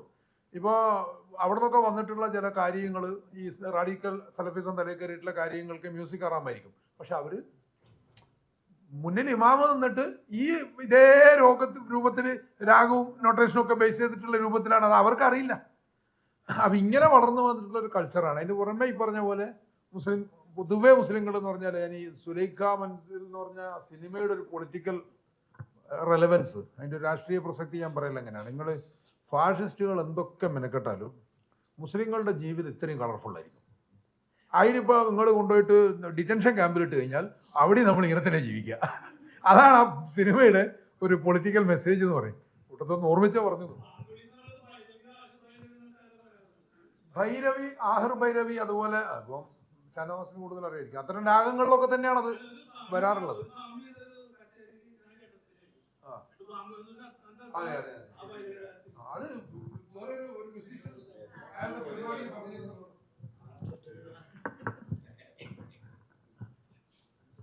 ബിൻസിക്ക് സിന്ധു ഭൈരവിയാണ് കുറച്ചും കൂടി ആ ഹിന്ദുസ്ഥാനി ട്രഡീഷൻ. അതെ, സമുദായം. ഇപ്പോൾ ഇത് വയലുകൾ എന്തുകൊണ്ട് ആസ്വദിക്കപ്പെടുന്നു, അതിൽ 2 ട്രഡീഷൻ ഉണ്ട്. ഒന്ന് വളരെ നാടനായിട്ടുള്ള ഒരു വയലിന്റെ ട്രഡീഷൻ, നാടനായിട്ടുള്ള ബാങ്കും നാടനായ ഖുർആൻ പാരായണവും ഉണ്ട്. അതോടൊപ്പം കുറച്ചുകൂടി ഒരു സോഫിസ്റ്റിക്കേറ്റഡ് ആയിട്ടുള്ള ഖുർആൻ പാരായണവും ബാങ്കും ഉണ്ട്. ഒരു നമ്മൾ അറബ് ആയിട്ടുള്ള ബന്ധമൊക്കെ വഴി ഉണ്ടാക്കി തീർത്ത ഒരു പ്രത്യേക ഈ 2 ട്രഡീഷൻ ഉണ്ട്. ഇവിടുത്തെ വളരെ നാടൻ. ഇപ്പം എൻ്റെ എളാപ്പ മുക്രിയായിരുന്നു. ഞങ്ങൾ അല്ലാഹു അക്ബർ അല്ലാഹു അക്ബർ അല്ലാഹു അക്ബർ അല്ലാഹു അക്ബർ ഇങ്ങനെ മുമ്പിൽ കൊടുത്തു. അശ്ഹദു അല്ലാ ഇലാഹ ഇല്ലല്ലാഹ് അങ്ങനെ പോകും. എന്നുവെച്ചാൽ നമ്മള് അപ്പൊ അത് എവിടുന്ന വരുന്നതെന്ന് വെച്ചാൽ ഇവിടുത്തെ ഒരു വേറൊരു തരം ദ്രാവിഡമായിട്ടുള്ള ഖുർആൻ പാരായണം അങ്ങനെ തന്നെ. ബിസ്മില്ലാഹിർ റഹ്മാനിർ റഹീം അൽഹംദുലില്ലാഹി റബ്ബിൽ ആലമീൻ അർറഹ്മാനിർ റഹീം മാലികി യൗമിദ്ദീൻ ഇയ്യാക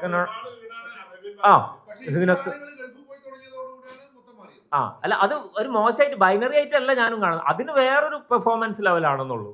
ഒരു ഗ്ലോബൽ പണ്ടേ മാപ്പിളമാർക്ക് ഒരു എന്താ പറയാ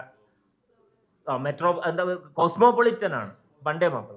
എന്നുവെച്ചാൽ മഖ്ദൂമിന്റെ ശിഷ്യന്മാരിൽ അവിടുത്തെ ആൾക്കാരുണ്ട്, മലേഷ്യൻ ഉണ്ട്, ഇവിടുന്ന് അങ്ങോട്ടും അങ്ങനെ. ഇവരൊക്കെ ഇബ്നു ഹജറിന്റെ ശിഷ്യനാണ് സൈന്തി മക്തൂം രണ്ടാമൻ, മീൻസ് മക്കത്ത് പോയി പഠിച്ച ആൾക്കാരാണ്. അതുപോലെ തന്നെ മമ്പ്രം ഫസൽ പൂക്കോയ തങ്ങള് ഇസ്താംബൂളിൽ മന്ത്രിയായിട്ടാണ് അവസാന കാലത്ത് ജീവിക്കുന്നത്. എന്നുവെച്ചാൽ എല്ലാ നിലക്കും ഗ്രേസ് ഓഫ് തെരീം പോലെയുള്ള എൻസോങ്ങോന്റെ പുസ്തകമൊക്കെ നമുക്കറിയാം. ഇങ്ങനെയുള്ള ഒരു എന്താ പറയുക, ലോക സഞ്ചാരത്തിന്റെ ഒരു കണക്ഷൻ. ഇപ്പൊ വാര്യംകുന്നത്ത് കുഞ്ഞാമദാജി പിന്നെ രണ്ടാമത് തിരിച്ചു വരികയാണ്, തന്റെ മക്കത്ത് ഉള്ള ജീവിതത്തിന്റെ ശേഷം പിന്നെ തിരിച്ചു വരികയാണ്. ചില ഇവർക്കൊക്കെ ഒരു ഗ്ലോബൽ കണക്ഷനും അതോടൊപ്പം ലോക്കൽ കണക്ഷൻ, പ്രാദേശികത്വത്തോടൊപ്പം അന്തർദേശീയതയും കൂടി ഒരുമിപ്പിച്ചു കൊണ്ടുപോയ ആൾക്കാരാണ് എക്കാലത്തും മാപ്പിളമാര്. അവരുടെ ഭാവന, അവരുടെ പ്രമേയം ഒക്കെ പരിശോധിച്ചാൽ നമുക്ക് മനസ്സിലാവും. അത് ഇന്നുണ്ട്, നമുക്കുണ്ട് ഇന്നും. അതുകൊണ്ടാണ് പലപ്പോഴും കുഴിമന്തിയുടെ പേരിലും മറ്റുമൊക്കെ ഇപ്പോഴും നമ്മൾ വിചാരണ ചെയ്യപ്പെടും. അന്നും ഇന്നും ഉണ്ട് എന്നാണ് ഞാൻ പറയുന്നത്. അതല്ലാതെ ഇതൊരു പർദ്ദ ഒക്കെ പറയുന്നത് ഫാഷന്റെ പിറകെ എന്നുള്ളത് എല്ലാ കാലത്തും സെലിബ്രേഷൻ മുസ്ലിങ്ങളുടെ ഒരു അടിസ്ഥാന സ്വഭാവം. ഭക്ഷണം, ഫാഷൻ, അത് ഏറ്റവും പുതിയ രീതിയിൽ, ഇതൊക്കെ എല്ലാ കാലത്തും മുസ്ലിങ്ങൾ കിട്ടുന്നതിനെ വെച്ചിട്ട് ഏറ്റെടുക്കുന്ന ആൾക്കാർ തന്നെയാണ് ആ തരത്തിൽ. അതുപോലെ യുദ്ധമുഖത്തും ഈ പറഞ്ഞ പോലെ ഉള്ള സ്പേസിൽ സന്തോഷം കണ്ടെത്തുക, അതൊക്കെ ഉള്ളതാണ്. അത് ഇപ്പോൾ നമ്മൾ ഫലസ്തീനിൽ നിന്നൊക്കെ ഉള്ള വളരെ അങ്ങേയറ്റം മുനമ്പിൽ നിന്നുകൊണ്ടും അവർ ഉള്ളത് കൊണ്ടൊക്കെ സന്തോഷിക്കുന്നതും പാടും നമ്മൾ കാണുന്നുണ്ട്.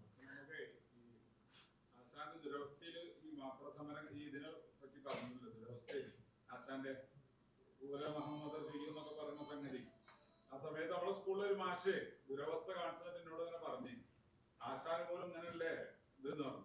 അപ്പൊ ഞാൻ ഒന്ന് കമ്പളത്തിനെയും പറഞ്ഞു കൊടുത്തു, ഒന്ന് പി ഭാസ്കരൻ എഴുതിയൊരു പാട്ട് മഞ്ഞണിഞ്ഞ മാമരകൾ 900 ഞാൻ പറഞ്ഞു, മാപ്പിളമാരിൽ അകലെ ജീവിച്ച ആശാനാണോ കൂടെ ജീവിച്ച പി ഭാസ്കർ മാഷ്ക്കും പി ഭാസ്കർ മാഷ് പാട്ട് വന്ന് ചോദിച്ചാണ്, അവർക്കാണോ കൂടുതൽ അറിയാം? നിങ്ങൾ പറയും ഇവര് മുസ്ലിങ്ങളല്ലല്ലോ എന്ന് പറഞ്ഞു. അത് രണ്ടും പ്രതിരോധത്തിന്റെ പാട്ടുകളാണ് കൂട്ടത്തിൽ പറഞ്ഞു. കമ്പളത്ത് ഒരുപക്ഷെ അത് ദേശാഭിമാനിയിൽ ഇത് പ്രസിദ്ധീകരിച്ചതിന്റെ പേരിൽ ദേശാഭിമാനി കണ്ടു കിട്ടുന്നുണ്ട് കമ്പളത്തിന്റെ പാട്ട് അന്ന് ആ കാലത്ത്. ഉണ്ടല്ലേ? ഉണ്ടാവാം, നമുക്കറിയില്ല. കാരണം കമ്പളത്തിന്റെ പേരക്കുട്ടിയോട് ഞാൻ സംസാരിച്ചിട്ടുണ്ട്. അപ്പൊ അയാൾ പറഞ്ഞത് അത് കമ്പലത്തിന്റെ മകൾ ടീച്ചറായിരുന്നു. അവര് തിരുവാലിക്ക കല്യാണം കഴിച്ചു. അതിന്റെ മകനുണ്ട് ഇടതുപക്ഷ അധ്യാപക സംഘടന NGO യൂണിയന്റെ ആളാണ്. ആണ് അതും നിരോധിച്ചിട്ടുണ്ട്. അന്ന് തന്നെ എഴുതിയാണ് 940 എഴുതിയ പാട്ടാണ്. മാഷല്ല ചെറുപ്പത്തിൽ എഴുതിയ പാട്ട്. അങ്ങനെ ഇപ്പോ നമ്മളിപ്പോ ഈ തിയോളജി അല്ലെങ്കിൽ വിശ്വാസ ശാസ്ത്രവും അതോടൊപ്പം തന്നെ സാമൂഹ്യ രാഷ്ട്രീയ സംഗതികളും ഒക്കെ കണക്ട് ചെയ്ത് പോകുന്ന ഒരു ട്രഡീഷൻ മാപ്പിളമാർക്ക് ഉണ്ട്. അത് മഖ്ദൂമിന്റെ കാലം മുതലുള്ള ലിറ്ററേച്ചറുകൾ പരിശോധിച്ചാൽ നമുക്ക് മനസ്സിലാവും. അതാണ് ഈ പ്രതിരോധ സാഹിത്യം. അത് ഈസ്തെറ്റിക്സ് എന്ന് പറയുന്നത് ഇതിന്ന് മുക്തമായ, പൊളിറ്റിക്സ് നിന്ന് മുക്തമായ ഒന്നാണ് എന്ന് വിശ്വസിക്കുന്നില്ല മാപ്പിളമാര്, നമ്മൾ മനസ്സിലാക്കിയെടുത്തോളം. കാരണം അവരുടെ സൗന്ദര്യ ഭാവനകൾക്കകത്ത് പോലും രാഷ്ട്രീയ ധ്വനികളുണ്ട്. ഈവൻ നമുക്കിപ്പോൾ ഇപ്പൊ ഒരു 20-ാം നമ്മൾ പുതിയ മെയിൻ സ്ട്രീം ലിറ്ററേച്ചറിൽ ബഷീർ ഒരു വലിയ സ്വരൂപമാണ്.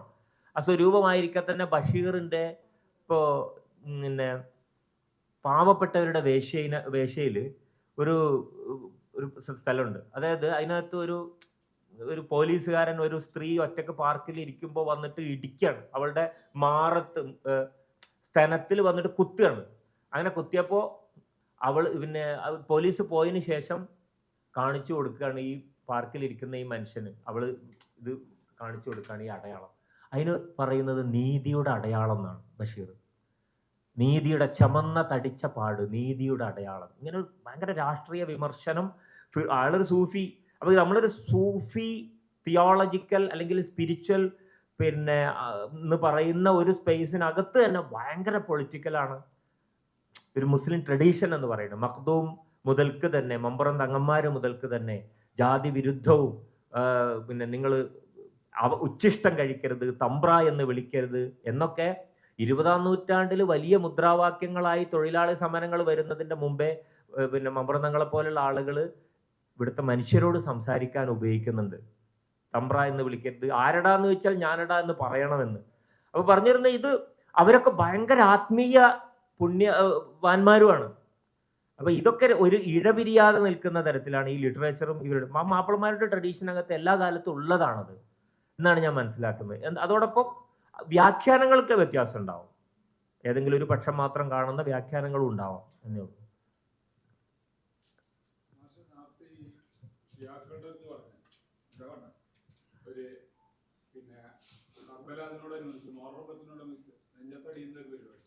അവര് തന്നെ ഒരു അർബൈ എന്ന് പറഞ്ഞൊരു 40 ദിവസം നീണ്ടുനിൽക്കുന്ന അതാണ്. എന്നാണ് ഈ നമ്മളവിടെ നാട്ടിൽ 40 കഴിക്കുക എന്നുള്ള സംഭവം ഉണ്ടായത് പറയപ്പെട്ടു.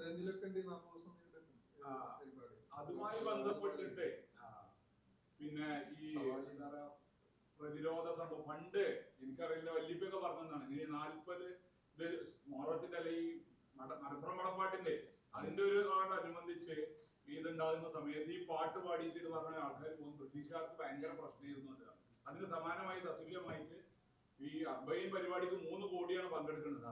അത് ഭയങ്കര ഞെട്ടിപ്പിക്കുന്ന സംഭവമാണ്. ലോകത്തുള്ള സകല ഷിയാക്കളുടെയും ഏറ്റവും വലിയ സമ്മേളനം കൂടിയാണ് അർബൈൻ. അതുപോലെ മലപ്പുറത്ത് ഇതേമാതിരി സംഘടിപ്പിച്ചിട്ട് അന്നത്തെ കാലത്ത് അന്നാണ് ബ്രിട്ടീഷുകാർക്ക് കണ്ടിട്ട് ഇതൊക്കെ ചെയ്ത് പാടാൻ പാടില്ല എന്നൊക്കെ പറഞ്ഞത് ഭയങ്കര അന്നൊരു പ്രശ്നം ഉണ്ടാവും എന്നൊക്കെ പറഞ്ഞു. അങ്ങനത്തെ കുറിച്ച് മാർക്ക് എന്തെങ്കിലും അറിയുമെന്ന് വെച്ചാൽ ഇതില് 921 ആലി മുസ്ലിയാരും കൂട്ടരും ചേറൂർ ശുഹദാക്കളുടെ ഖബർ സന്ദർശിച്ച് അവിടെ ദിയാറത്ത് ചെയ്ത് ദുആ ചെയ്യുന്നത് നിരോധിച്ചു. കാരണം അതിന്റെ പേരിൽ കൂടിയ ചേറൂർ പടയാളികൾ ഓർമ്മ വരും. അപ്പൊ സമരം പ്രശ്നം, പിന്നെയും പേര് തിരിഞ്ഞ് സമരം ചെയ്യുമെന്ന് പറഞ്ഞിട്ട് അതൊക്കെ ഇതൊക്കെ കണക്റ്റഡ് ആണ്. അതായത് ഈ നേരത്തെ പറഞ്ഞ പോലെ പാട്ടില്ലാത്തൊരു കാര്യവും മാപ്പിളാർക്കില്ല. അപ്പോഴും നമ്മുടെ എറണാട്ടിലായാലും നോക്കിയാൽ മതി, എല്ലാത്തിനും നമ്മൾ പാട്ട് കിട്ടും. ഒരുപാട് തരത്തിലുള്ള പാട്ടുകൾ അങ്ങനെയാണ് വരുന്നത്. തേങ്ങാപ്പാട്ട്, മാങ്ങാപ്പാട്ട് എന്നൊക്കെ പറയുന്നത് എന്തൊക്കെയോ പാട്ട്, കല്യാണ താലിമാൻ പാട്ട്, സർക്കിട്ട് പാട്ട് എന്നിട്ടുള്ള എല്ലാ പാട്ടും അല്ലെങ്കിൽ വേറെ തരത്തിലത് ഉണ്ടാവും. ഇപ്പോൾ മൊഗ്രാലിലൊക്കെ പോയാൽ നമുക്കറിയാം, നമ്മുടെ കാസർഗോഡ് മൊഗ്രാല് ഇതുപോലത്തെ ഒരു പ്രത്യേക പ്രദേശമാണല്ലോ. അവിടെ പോയാൽ അവിടെ എല്ലാത്തിനും പാട്ടായിരുന്നു. ഫുട്ബോൾ കളിക്കുക പാട്ട്, അതേപോലെ കാത് പാട്ട്, അല്ല അതൊക്കെ ഇപ്പോഴും ഉണ്ട്. ഈ താലേലപ്പാട്ടൊക്കെ ഇപ്പോഴും അത് ഈ വളരെ ഇതായിട്ട് നിൽക്കുന്ന ഒന്നാണ്. അവിടെ കുഞ്ഞ് ജനിച്ചാൽ ഈ പാട്ടുകാർ പോയിട്ട് താലേലപ്പാട്ടൊക്കെ പാടി ഈ കുട്ടിയെ ചെയ്യുന്ന ആ തരത്തിൽ അത് പാട്ട് പാടി അത് കൊടുക്കുക. അതൊരു അനുഷ്ഠാനം പോലെയാണ് അവിടെ. അതുപോലെ എന്തിനും കളിക്കായാലും പാട്ട്, കാര്യത്തിനായാലും പാട്ട്, എല്ലാത്തിനും പാട്ട്. അപ്പോൾ പാട്ടില്ലാത്ത ഒരു കാര്യവും ഉണ്ടായിരുന്നില്ല. അതുകൊണ്ട് തന്നെയാണ് സാധാരണ ഇതിന് ഈ സാംസ്കാരിക മൂലധനം എന്നാണ് നമ്മൾ പറയുക, കൾച്ചറൽ ക്യാപിറ്റൽ എന്നാ പറയുക. നമുക്ക് ബാങ്ക് ബാലൻസ് ആവട്ടെ, ആഡംബര മറ്റ് കാര്യങ്ങളാവട്ടെ, ഒക്കെ അതൊരു ക്യാപിറ്റൽ ആണെങ്കിൽ അതിനൊക്കെ എപ്പോഴും പെട്ടെന്ന് ആർക്കും വന്ന് ചെയ്യാൻ പറ്റും. പക്ഷേ ഈ കൾച്ചറൽ ക്യാപിറ്റൽ എന്ന് പറയുന്ന സാധനത്തെ കീഴടക്കാൻ പറ്റില്ല. അതുകൊണ്ടാണ് ബ്രിട്ടീഷുകാരനെ പേടിച്ചത്. നമ്മുടെ ഇവിടെയുള്ള ഈ പിന്നെ രണ്ട് കാര്യങ്ങളാണ് പേടിച്ചത്. ഒന്ന് ഇവിടുത്തെ മാപ്പിളയുടെ ദാരിദ്ര്യത്തെ, രണ്ടാമത് പാട്ടുകളെയാണ്, ഇവർ സാഹിത്യത്തെയാണ് അവർ ഭയപ്പെട്ടത്. അതുകൊണ്ടാണ് ഈ തരത്തിലുള്ള എല്ലാ തരം സെൻസർഷിപ്പും കാര്യങ്ങളും പാട്ടുകൾക്ക് മേലും ഒക്കെ. കാരണം ഇപ്പോൾ നേരത്തെ പറഞ്ഞ പൂക്കോട്ട് യുദ്ധത്തിൽ മരിച്ചു വീഴുന്ന ആളുകളുടെ ഈ മടിക്കിഴിയിൽ ബദർപ്പടപ്പാട്ടിൻ്റെ വരികൾ ഉണ്ടായിരുന്നു എന്ന് പറഞ്ഞതൊക്കെ ശരിയാണ്. അത് കണ്ടെടുക്കപ്പെട്ട കാര്യങ്ങൾ തന്നെയാണ്. എന്ന് പറഞ്ഞാൽ അതിൽ നിന്ന് ഊർജം, അതൊക്കെ അവരെ ഭയങ്കരമായിട്ട് ഊർജ്ജത്തിന്. ഈ പാട്ടുകൾ എത്രത്തോളം യുദ്ധത്തിന് പോവുകയാണെങ്കിൽ പോലും പാട്ടുകൾ അത് ഭയങ്കര ഊർജം തരുന്ന ഒരു കാര്യമായിട്ട് എടുക്കുകയും അത് ബ്ലഡിലുള്ള സാധനം, തൂത്താൽ പോവില്ല, ബ്ലഡിലുള്ള ഒരു സാധനമാണ്. ആ ബ്ലഡിലുള്ള ഒരു സാധനത്തെ ഒരു കാരണവശാലും നമ്മളത് ജാതികളിൽ തൂത്താൽ പോവില്ല എന്ന് പറഞ്ഞ പോലെ പോവില്ല. അതാണ് സത്യത്തിൽ ബ്രിട്ടീഷുകാർ ഭയപ്പെട്ടത്. അതുകൊണ്ടാണ് ഈ നിരോധനങ്ങളൊക്കെ വരുന്നത്. ഇപ്പം ഖബർ സിയാറത്ത് എന്ന് പറയുന്നത് അത് പലപ്പോഴും നമ്മൾ ഈ ഷിയ കൾച്ചറുമായിട്ട് ബന്ധപ്പെട്ട ഒരിതാണ്. അത്തരം ഒക്കെ ഷിയ കൾട്ടുമായിട്ട് ബന്ധപ്പെട്ട് വരുന്ന ഇതാണ്. അവിടുന്ന് വന്ന ഒരുപാട് ആചാരങ്ങളാണ്. അവിടെയും ഈ പറഞ്ഞ പോലെയുള്ള ഇപ്പം ഈ മിഷേൽ ഫൂക്കോ എന്ന് പറയുന്നത് ചിന്തകൻ, നമുക്കൊക്കെ അറിയാവുന്ന മിഷേൽ ഫൂക്കോ, ഈ പിന്നെ അവിടെ ഇറാൻ യുദ്ധം നടക്കുന്ന ആ സമയത്ത്, വിപ്ലവം നടക്കുന്ന സമയത്ത് 2 പ്രാവശ്യം അദ്ദേഹം യൂറോപ്പിൽ നിന്ന്, ഫ്രാൻസിൽ നിന്ന് ഇറാൻ സന്ദർശിക്കുന്നുണ്ട്. അദ്ദേഹം പിന്നെ ഖൊമൈനിയെ കാണാൻ ആഗ്രഹം പ്രകടിപ്പിക്കുന്നുണ്ട്. കാരണം വെച്ചാൽ അദ്ദേഹം പറയുന്നൊരു കാര്യമുണ്ട്, ഈ ജനതയെ കീഴ്പ്പെടുത്താൻ എത്ര പ്രയാസമാണ്. കാരണം എന്താണെന്ന് വെച്ചാൽ ഇവരുടെ അകത്തുള്ള ഈ വിശ്വാസം മാത്രമല്ല, അവരുടെ ഒരു കൾട്ടുണ്ട്, ഒരു പെർഫോമിങ് കൾട്ടുണ്ട്. ആ കൾട്ടിന് ഒരു കാരണം വെച്ചാൽ അവിടെയാണ് ഈ രക്തസാക്ഷി എന്ന് പറഞ്ഞ സാധനം. രക്തസാക്ഷിത്വം എന്ന് പറയുന്ന ആ ഒരു സാധനത്തെ പിന്തുടരുന്ന ഇമാം ഹുസൈൻ്റെയും കർബലയെ പിന്തുടരുന്ന സാധനം ഇവരുടെ ബ്ലഡിലുണ്ട്. അതുകൊണ്ട് ഇവരങ്ങനെ പെട്ടെന്ന് കീഴ്പ്പെടുത്താൻ പറ്റുന്ന ഒരു അതല്ല എന്ന് പറഞ്ഞുകൊണ്ട് ഇറാൻ വിപ്ലവത്തെ അദ്ദേഹം സപ്പോർട്ട് ചെയ്തപ്പോൾ യൂറോപ്പിൽ തന്നെ ഭയങ്കര അദ്ദേഹത്തിന് എതിരാളികൾ ധാരാളം ഉണ്ടായി. ഫെമിനിസ്റ്റുകളൊക്കെ അടക്കം ഇഷ്ടംപോലെ ആളുകൾ രംഗത്തിറങ്ങി, എന്താണ് നിങ്ങളെപ്പോൾ ഉള്ളൊരു വലിയ ദീവിയാണ് ഈ പറയുന്നത്, നിങ്ങൾ ഇങ്ങനെയുള്ള ഇസ്ലാമിക റവല്യൂഷന് ചെയ്യണം. ഇസ്ലാമിക റവല്യൂഷനാണെന്ന് എൻ്റെ പ്രശ്നമല്ല, ഈ ജനതയുടെ ഒരു നാടകം എടുത്തു നോക്കിയാൽ അവരെക്കുറിച്ച് നമ്മൾ പഠിക്കുമ്പോൾ തീർച്ചയായിട്ടും ഇങ്ങനെയുള്ള കാര്യങ്ങൾ തീർച്ചയായിട്ടും നമുക്ക് കണ്ടെത്താൻ പറ്റും. അതുകൊണ്ട് ഈ ജനതയെ കീഴടക്കാൻ എളുപ്പമല്ല എന്ന്. അതുകൊണ്ടാണ് ഇന്നും ഈ മാർട്ടേഡം എന്നുള്ള സാധനമാണ്. ഈ മാർട്ടേഡം എന്നുള്ള സാധനം ഈ ഗുജറാത്തീപിൻ്റെ സാധനത്തിനകത്ത് കയറുന്ന ഈ മാർട്ടേഡം എന്നുള്ള സാധനം അടിയിൽ വർക്ക് ചെയ്യുന്നുണ്ട്. ആണ് ഈ രക്തസാക്ഷി എന്ന് പറഞ്ഞാൽ അടിയിൽ വർക്ക് ചെയ്യുന്നുണ്ട്. ഇത്തരം ഇതൊക്കെ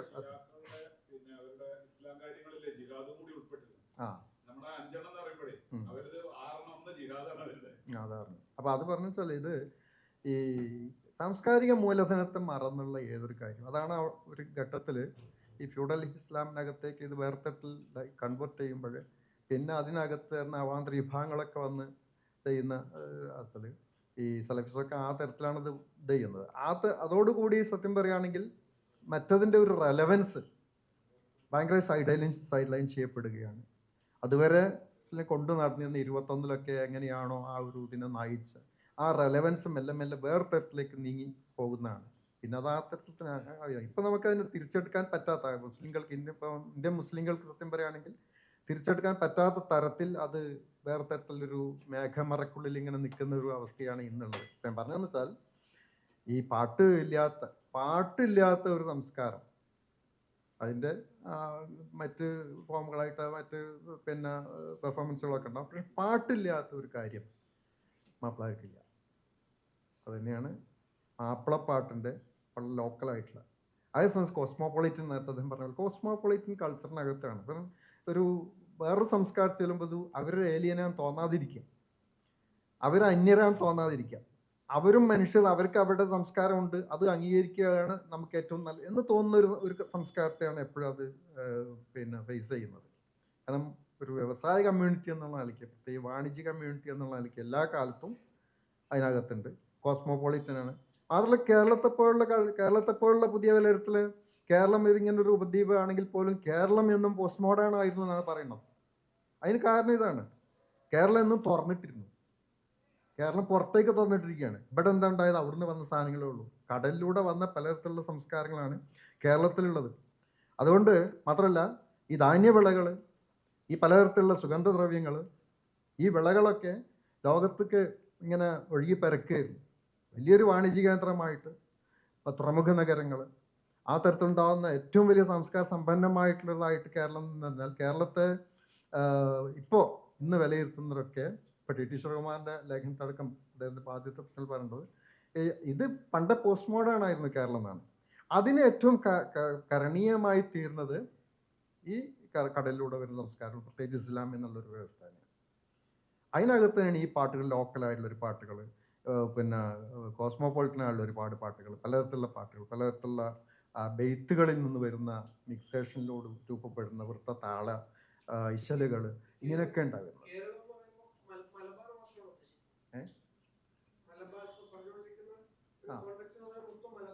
അല്ല, മലബാറാണ് അതിന്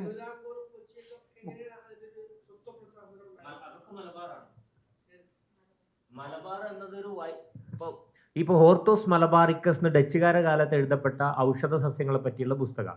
കേരളത്തിലെ സസ്യങ്ങൾ എന്നാണ് അതിന്റെ മലയാളം. കാരണം അവർ മലമ്പ്രദേശം, ഈ ബർ എന്ന് പറഞ്ഞാൽ അറബിയിൽ കര എന്നർത്ഥമുണ്ട്, പേർഷ്യനിലും കര എന്നർത്ഥം. അപ്പൊ മലയുള്ള പ്രദേശമാണ്, കടലിൽ നിന്ന് നോക്കുമ്പോൾ ഇങ്ങനെ വ്യൂ കാണുന്നത്. അത് ഈ മൊത്തം ഈ കേരള തീരങ്ങൾ വലിയൊരു വൈഡ് ആയിട്ടുള്ള ഏരിയയാണ് മലബാർ എന്ന് വിളിച്ചിരുന്നത്.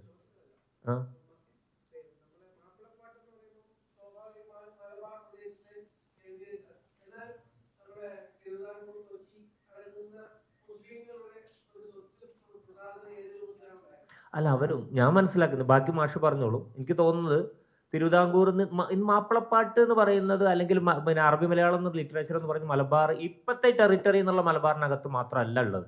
കൊച്ചിയിൽ അന്ന് അറബി മലയാളത്തിന് പ്രസ് ഉണ്ടായിരുന്നു. അതുപോലെ തന്നെ ഈ ഇപ്പൊ തഴവ, അല്ലെങ്കിൽ ഏത് ചേറ്റുവ പരിക്കൂടി, ചേറ്റുവ തൃശ്ശൂർ, ഞാൻ പറഞ്ഞ അപ്പുറം അങ്ങനെ പോയിട്ട് തിരുവിതാംകൂറിൽ ഇപ്പൊ ഈ മൈലാപ്പൂർ ഷൗക്കത്ത് അലി മൗലവി ഇപ്പോഴത്തെ മരിച്ചു. ഇപ്പൊ തഴവ എന്ന് പറയുന്നത്, തഴവ പത്തനംതിട്ട അല്ലേ ജില്ലല്ലേ.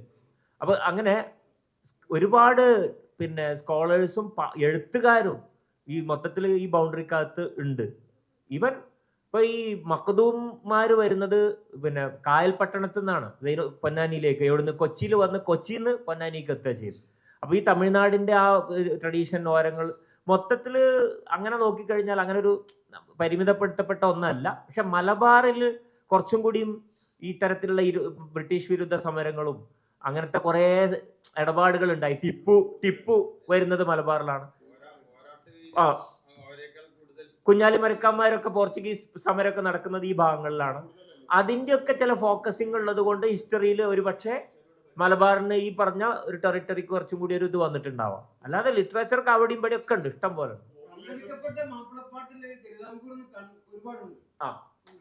ഉണ്ട്. അതിപ്പോ മങ്ങാട് മാഷൊക്കെ തന്നെ കുറെ പറയുന്നുണ്ട് അതിനെപ്പറ്റി. അല്ല, അത് കേരള ഉദ്ദേശിക്കുന്നത് മലബാരികളാണ്. മലബാർ എന്നുള്ളതാണ് പണ്ട് മുതൽ കേരളത്തിന് വിളിച്ചത്. കേരളം എന്ന് മാത്രമല്ല, ഒരുപക്ഷെ ഗോവ മുതൽക്കുള്ള കൊങ്കൺ തീരങ്ങൾ, ഈ കന്യാകുമാരി വരെ മലബാർ തീരം എന്നുള്ള രീതിയിൽ വിളിക്കപ്പെട്ടിട്ടുണ്ട് പഴയ ചരിത്ര രേഖകളിൽ.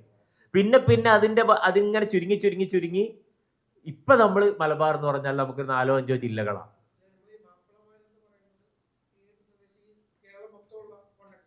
മാപ്പിളമാര് മുസ്ലിങ്ങൾ എന്നതിന് ഒരു പ്രത്യേക ഘട്ടത്തിൽ ക്രിസ്ത്യാനികൾക്ക് മാപ്പിളമാരെന്ന് പറയും. ജൂത മാപ്പിള, ക്രിസ്ത്യൻ മാപ്പിള ഒക്കെ പറയും. ഈ മലബാറിൽ മാപ്പിള വരുമ്പോ പ്രത്യേകിച്ച് മുസ്ലിം എന്നാണ് തോന്നുന്നത്.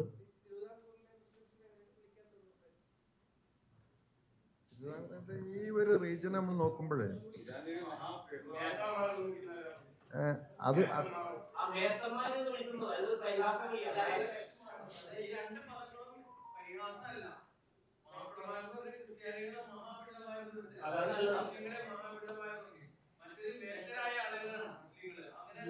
അങ്ങനെയാണ് ഇത് വരുന്നത്. ഫ്ലാക്സൺ അല്ല, അത് മേത്തർ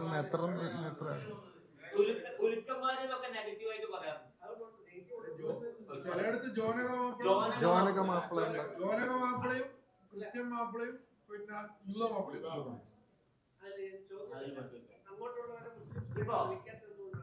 അല്ല, ജോനഗർ എന്ന് മുസ്ലിങ്ങളെ വിളിച്ചിരുന്നു. മോയിൻകുട്ടി വൈദ്യരുടെ മലപ്പുറം കിസ്സപ്പാട്ടില് ജോനഗർ ജോനഗർ എന്നാണ് പാറനമ്പിയുടെ സൈന്യം മുഴുവൻ മാപ്പിളമാരെ വിളിച്ചുകൊണ്ടിരിക്കുന്നത്. എപ്പോഴും ജോനഗർ ജോനഗർ. അത് യവനർ എന്നതാണെന്നാണ് പറയപ്പെടുന്നത്. വൈദേശികർ, പുറത്തുനിന്ന് വന്നവർ എന്നുള്ള ഒരു ടോൺ നിലനിർത്തിക്കൊണ്ടുള്ള വിളിയാണ് ജോനഗർ. തുലുക്കർ, തുർക്കി ബന്ധം കാണിക്കാൻ ഇങ്ങനെയുള്ള വാക്കുകൾ. അതുപോലെ തന്നെ മേത്തന്മാർ 2 വ്യാഖ്യാനമുണ്ട്. ഇപ്പൊ നിങ്ങൾ പറഞ്ഞു മേത്തരം, മ്ലേച്ഛർ എന്നുള്ളതിൽ നിന്ന് മേത്തരായതാണെന്നും ഞാൻ കേട്ടിട്ടുണ്ട്. എനിക്കറിയില്ല, മാഷും പറഞ്ഞു. അത് ഒരു തരത്തിലേ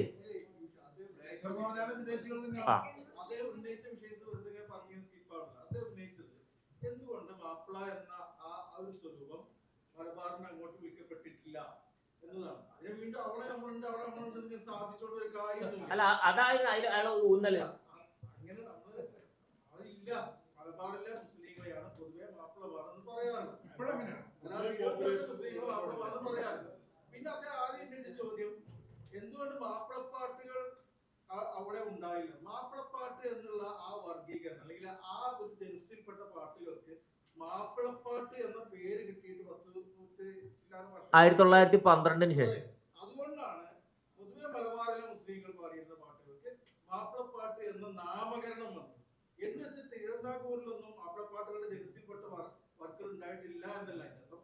മാപ്പിളപ്പാട്ട് എന്ന പേര് പിന്നീടാണ് കിട്ടിയത് എന്നേ ഉള്ളൂ. മാപ്പിളപ്പാട്ട് എന്ന് പറയുന്ന ജനുസ് സെബീനപ്പാട്ടുകൾ എന്നാണ്. മാപ്പിളപ്പാട്ട് എന്നല്ല ആദ്യ കാലത്ത് പറഞ്ഞിരുന്നത്, സെബീനപ്പാട്ട് എന്നാ പറഞ്ഞത്. അതെ, നമ്മുടെ ഈ കേരളത്തിന്റെ ഈ റീജിയൻ നോക്കുമ്പോഴേ, ജോഗ്രാഫി നോക്കുമ്പോഴേ, ഈ കോസ്റ്റൽ റീജിയൻ ഉണ്ടല്ലോ, നമ്മളിങ്ങനെ കോഴിക്കോട് അങ്ങനെ ചുറ്റുക അങ്ങനെ പോയിട്ട് കൊല്ലം അങ്ങനെ പോകുന്ന ഒരു റൂട്ട് മാപ്പുണ്ട്. സോ അതിൽ ഈ സാംസ്കാരികമായിട്ടുള്ള ഒരുപാട് സാധ്യതകളെ അനർത്ത് ചെയ്തെടുക്കാവുന്ന ഒരു മേഖലയാണത്. അത് ഇന്നും വേണ്ടപ്പോൾ അങ്ങനെ ആ ഒരു ഇപ്പോൾ നമ്മൾ ഈ എഴുത്തുകാരുടെയും പാട്ടുകാരുടെയും അതുപോലെ അങ്ങനെയുള്ള ഇതൊക്കെ ആളുകളുടെ ഒരു വലിയൊരു ലിസ്റ്റ് ഉണ്ടാക്കിയാൽ അങ്ങനെ പോകുന്ന ആ ഒരു മേഖലയിൽപ്പെട്ട ആളുകളായിരിക്കും കൂടുതൽ. ഇപ്പോൾ കൊല്ലത്ത് ഉണ്ട്. ഇപ്പം ഞാൻ വേറൊരു കാര്യം പറഞ്ഞപ്പോൾ ഈ മാപ്പിള എന്നുള്ളപ്പോൾ നമ്മൾ ഒരു കോമൺ ആയിട്ട് മാപ്പിളായിരുന്നു, കേരളത്തിലെ മാപ്പിളാർ, ഇന്ത്യയിലെ മാപ്പിളാരെന്നൊക്കെ നമ്മൾ പറയും. പക്ഷേ മാപ്പിള എന്നുള്ളതിൻ്റെ നേരത്തെ ജമീൽ അഹമ്മദ് പറഞ്ഞ പോലെ മാപ്പിള എന്നുള്ളത് പറയുന്നത് സത്യത്തിലും ഈ മലബാറിലെ മുസ്ലിങ്ങളെ തന്നെയാണ് മാപ്പിള എന്നത്. അതിനൊരു പ്രധാനപ്പെട്ട കാരണം ഏറ്റവും കൂടുതൽ ഈ തരത്തിലുള്ള അറബി കാര്യങ്ങളും വരികയും ഈ തരത്തിലുള്ള മിംഗ്ലിംഗ് ഒരു സംസ്കാരം വരികയും അറബി മലയാളം ആ തരത്തിൽ കൂടുതൽ. എന്നാൽ അത് മാത്രമല്ല, അപ്പം നമ്മൾ അടുത്ത കാലത്ത് ഒരു പുസ്തകം പിന്നെ കുഞ്ഞാലി മാഷും നമ്മളാ ചെയ്ത പുസ്തകം അല്ലേ ചെയ്യുന്ന പിന്നെ പ്രവാചകൻ്റെ കവിതകളെ കുറിച്ചുകൾ ആ പുസ്തകത്തിൻ്റെ മാറ്ററുകൾ നോക്കിയപ്പോൾ ഞാൻ അതിൽ കുറച്ച് വർക്ക് നോക്കിയപ്പോൾ നമ്മൾ ഇന്ന് ഇവിടെ ഈ മാപ്പിളപ്പാട്ടുകളുടെ ഈശ്വരിൽ തന്നെ പലതരത്തിലും ഈശ്വരിൽ തന്നെ എഴുതപ്പെട്ട കൂടുതൽ ഈ പ്രവാചകനെ കുറിച്ചുള്ള കവിതകളും ഈ കൊല്ലം, തിരുവനന്തപുരം, അതുപോലെ ഈ ചേറ്റുവ, ഇവിടുന്ന് അങ്ങോട്ട് പോകുന്ന ഒരുപാട് ഈ സ്ഥലങ്ങളിൽ ഒരുപാട് ആളുകൾ എഴുതും. മാത്രമല്ല ഈ റബീഉൽ അവ്വൽ എന്ന് പറയുന്ന അല്ലെങ്കിൽ 12 എന്ന് പറയുന്നത് ഈ ജന്മദിനം ഇപ്പം ഇവിടെ ആഘോഷിക്കുന്ന അതുപോലെ തന്നെ ആ ഒരു കോസ്റ്റ് റീജിയനിലുള്ള സ്ഥലങ്ങളിലൊക്കെ ആഘോഷിക്കപ്പെട്ടത്. അന്നൊക്കെ കവിത എഴുതി കൊടുക്കുക. അത് ഹിന്ദുക്കളായിട്ടുള്ള കവികളെ കൂടുതലുണ്ടോ, ഒരുപാട് ഹിന്ദുക്കളായിട്ടുള്ള കവികളാണ്. അവരൊക്കെ കവിത എഴുതിയിട്ട് ആ ഒരു പ്രത്യേക ദിവസം കവിത എഴുതി കൊടുക്കും. ഈ പ്രവാചകത്തിൻ്റെ ദിവസം കവിത എഴുതി കൊടുത്തിട്ട് അത് ഈ അവിടെ ലോക്കലായിട്ട് ഇതിലൊക്കെ പ്രസിദ്ധീകരിച്ചു വരും. അത് മറ്റ് പത്രങ്ങൾ അങ്ങനെയൊക്കെയാണ്. അതെല്ലാം കൂടി കളക്ട് ചെയ്തിട്ടാണ് ഇപ്പം നമ്മൾ ആ പുസ്തകം നോക്കിയപ്പോഴാണ് ഒരു വൈവിധ്യം മനസ്സിലാവുന്നത്. ഇവിടെ മാത്രമല്ല, ഈ ആ കോസ്റ്റൽ റീജിയനിൽ നമ്മൾ ഉൾപ്പെടുന്ന അത് ട്രിവാൻഡ്രം വരെ നിൽക്കുന്ന അങ്ങനെ പോകുന്ന ആ കടൽ പ്രദേശങ്ങളുടെ ആ കോസ്റ്റലിലൂടെ പോകുന്ന അതിലൊക്കെ ഈ സംസ്കാരത്തിൻ്റെ ഭയങ്കരമായുള്ള സാധ്യതകളുണ്ട്. ഒരുപാട് എഴുത്തുകാരുണ്ടായിട്ടുണ്ട്.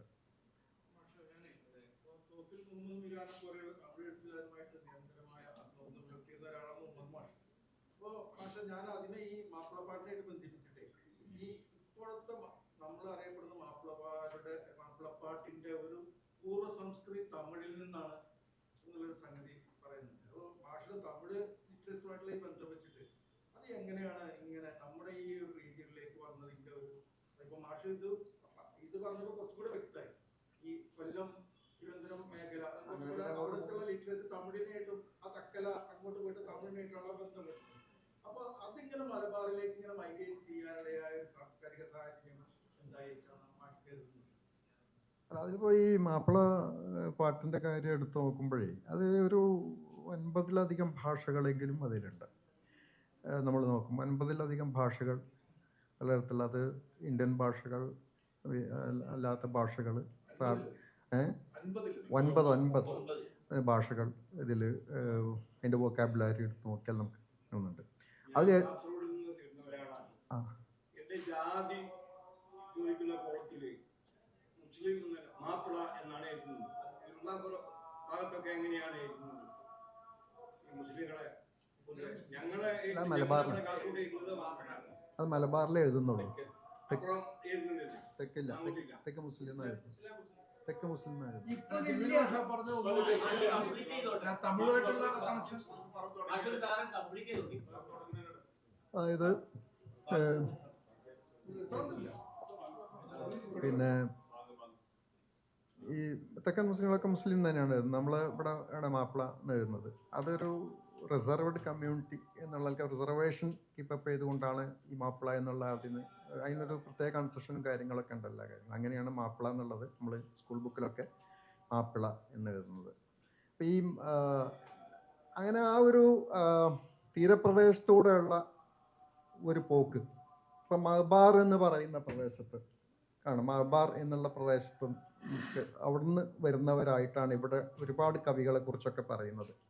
തേങ്ങാപ്പട്ടണം, കായൽപട്ടണം എന്നൊക്കെ പറയുന്ന പട്ടണം, അവിടെയാണ് നമ്മുടെ ഇദ്ദേഹം പിന്നെ തോപ്പിൽ മുഹമ്മദ് മീരാൻ സാഹിബ് തേങ്ങാപ്പട്ടണം ആ പ്രദേശത്തെ ലാക്കായിക്കൊണ്ട് അദ്ദേഹത്തിൻ്റെ ഫിക്ഷനൊക്കെ എഴുതിയിട്ടുള്ളതും ആ ഒരു കഥകളും കാര്യങ്ങളൊക്കെ അന്നത്തെ അവിടുത്തെ മുസ്ലിങ്ങളൊക്കെ വെച്ചുകൊണ്ട് തന്നെയാണ്. അപ്പോൾ ആ റൂട്ടിലൂടെയുള്ള ഈ ഭാഷയുടെ സഞ്ചാരമാണ് സത്യം പറയുകയാണെങ്കിൽ ഈ പറഞ്ഞ രീതിയിൽ മാപ്പിളപ്പാട്ടിലും ഈ തമിഴിൻ്റെ സ്വാധീനം. അത് തമിഴ് വളരെ റിച്ചാണ്. തമിഴിൽ വളരെ മുമ്പേ നമ്മൾ ആദ്യം ആദ്യത്തെ അല്ല മൊഹിയുദ്ദീൻമാൻ്റെ പടപ്പാട്ടുണ്ടല്ലോ, തമിഴ്, അതിൻ്റെ പരിഭാഷയായിട്ടാണ് മലയാളത്തിൽ വരുന്നത്. അത് വരുന്നത് തന്നെ അത് 17-ാം നൂറ്റാണ്ടിൻ്റെ ആ സമയത്താണ്. നമുക്കിവിടെ സക്കും പടയിപ്പോർ അതിനെക്കുറിച്ച് വിശദമായിട്ട് പിന്നെ അദ്ദേഹം തന്നെ പറഞ്ഞിട്ടുണ്ട്, വിശദമായിട്ട് കാര്യങ്ങളൊക്കെ പറയുന്നുണ്ട്. അതായത് സക്കും പടയിപ്പോർ എന്നുള്ളത് പിന്നെ മലയാളത്തിൽ പരിഭാഷപ്പെടുത്താണ് സക്കും പടയിപ്പാട്ട് എന്നുള്ളത്. അപ്പോൾ ആദ്യം നമുക്ക് ആ തരത്തിലുള്ള പടപ്പാട്ടിൽ പരിഭാഷയാണ് ഉണ്ടാവുന്നതാണ്. അപ്പോൾ പറഞ്ഞു വരുന്നത് ഈ തമിഴ് ഭാഷയുടെ അതിൻ്റെ ഒരു പിന്നെ ഒരു പാരമ്പര്യം വളരെ ഇമ്പോർട്ടൻ്റ് ആണ്. അതുപോലെ ഈ സയ്യദന്മാരായിട്ടുള്ള ആളുകൾ, സൂഫികളായിട്ടുള്ള ആളുകളൊക്കെ അങ്ങനെ കടൽ പ്രദേശത്തൂടെ വരുമ്പോൾ അവിടെ ഏറ്റവും വലിയ ലൊക്കേഷൻ ഈ പറഞ്ഞ തേങ്ങാപ്പട്ടണം, കായൽപട്ടണം പോലുള്ള മലബാറിലൂടെ വരുന്ന ആ ഒരു പ്രദേശം മൊത്തം അവിടെയാണ്. എന്ന് പറഞ്ഞാൽ മാപ്പിളപ്പാട്ടിൻ്റെ സഞ്ചാരം നോക്കിയാൽ തമിഴിൻ്റെ ആ ഒരു സ്വാധീനത്തിനുള്ള സഞ്ചാരമാണ്. അതുകൊണ്ടാണ് ഈ അതേ സമയത്ത് ഇപ്പോൾ അവിടെ കുഞ്ഞായി മുസ്ലിയാരുടെ ഒക്കെ പാട്ടെടുത്ത് നോക്കിയാലും അതിൻ്റെ തമിഴ് സാന്നിധ്യം ഭയങ്കരമാണ്. കുഞ്ഞായി മുസ്ലിയാർ തെക്കനല്ല, ഇവിടുത്തേരനാണ്, തലശ്ശേരിക്കാരനാണ്. പക്ഷേ ആ തമിഴ് സാന്നിധ്യം അത് പിന്നെ തമിഴ് എന്നുള്ളത് നമ്മുടെ പ്രത്യേകിച്ച് വേറൊരു പ്രശ്നം കൂടിയുണ്ട്.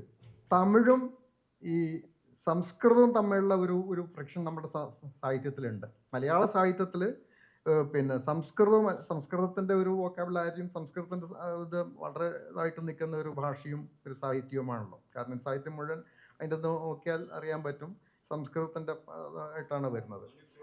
മണിപ്രവാളം അതിൻ്റെ ലക്ഷണമാണ്. അപ്പോൾ അതിൻ്റെയോടുള്ളൊരു പ്രതിരോധാംശത്തിൽ നിൽക്കുന്ന ഭാഷ എന്നുള്ളക്ക് തമിഴിന് ഭയങ്കര പ്രാധാന്യമുണ്ട്. ദ്രാവിഡം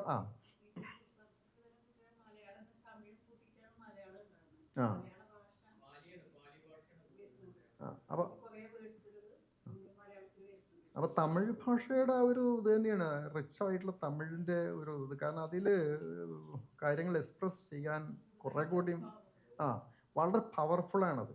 അതുകൊണ്ടല്ലേ ഞാൻ മനസ്സിലായിട്ട് പാട്ടുകളൊക്കെ വായിക്കും ഭയങ്കര പവർഫുള്ളൊക്കെ വായിക്കും, വളരെ പവർഫുള്ളായിട്ട് തോന്നുന്നത്. ഇച്ചമസ്ഥാൻ പറയുമ്പോൾ പലതരത്തിലുള്ള ഭാഷകളുണ്ട്. അറബിയും പിന്നെ ഉറുദുവും പിന്നെ തമിഴും ഒക്കെ കൂടിക്കലർന്ന് വരുന്ന അത് പാടി കേൾക്കുമ്പോൾ ഇപ്പോൾ ഞങ്ങൾ അവിടുന്ന് ഈ ഇച്ചമസ്ഥാൻ്റെ പാട്ടുകൾ അബ്ദുറഹിമാനിച്ച എന്ന് പറയുന്ന ഒരു കക്ഷി അവിടെ ഈ മുഖ്രാൽ പോയപ്പോൾ പാടി കേട്ടു. എന്തൊരു അനുഭൂതിയാണ് ഇത് കേൾക്കുമ്പോൾ ഉണ്ടാവുന്നത്. കാരണം അതിൽ അത് ഏതാ ഭാഷ എന്ന് ഒരു കാരണവശാലും തിരിഞ്ഞു കിട്ടില്ല. ഇച്ചമസ്ഥാൻ്റെ ഭാഷ ഏതാ ഭാഷ എന്ന് പടച്ചോ നേരിട്ട് ഇറക്കി ഒരു ഭാഷ പോലെയാണെന്ന് തോന്നിപ്പോകും. ആ തരത്തിലാണ് അതിൻ്റെ ഒരു മൊത്തത്തിലുള്ള നിലനിൽപ്പ്. അത് എന്താ ഭാഷ എന്ന് പിടികിട്ടില്ല. അപ്പോൾ അതാണ്. അപ്പോൾ ഇതിലൊക്കെ ഈ ഇതിനോടൊക്കെയുള്ള വ്യാഖ്യാനങ്ങൾ തന്നെയാണ് വളരെ ഇമ്പോർട്ടൻറ്റ്. ഒരു കാലഘട്ടത്തിൽ നമ്മളതിന് ആ കാലഘട്ടത്തിൻ്റെ സിഗ്നിഫിക്കൻസ് അനുസരിച്ച് അതിനെങ്ങനെ വ്യാഖ്യാനിക്കുന്നു എന്നുള്ളിടത്തെയാണ് പലപ്പോഴും മാപ്പിളപ്പാടി ഏത് പാട്ടിൻ്റെ ആയാലും അങ്ങനെയാണ്. ആ വ്യാഖ്യാനം നമുക്ക് ആവശ്യമുള്ള ഒരു കൾച്ചറൽ കോണ്ടെക്സ്റ്റിൽ അത് നമ്മളെങ്ങനെ നിർവഹിക്കുന്നു നിർത്തണം ആ പാട്ട് അതിൻ്റെ ഒരു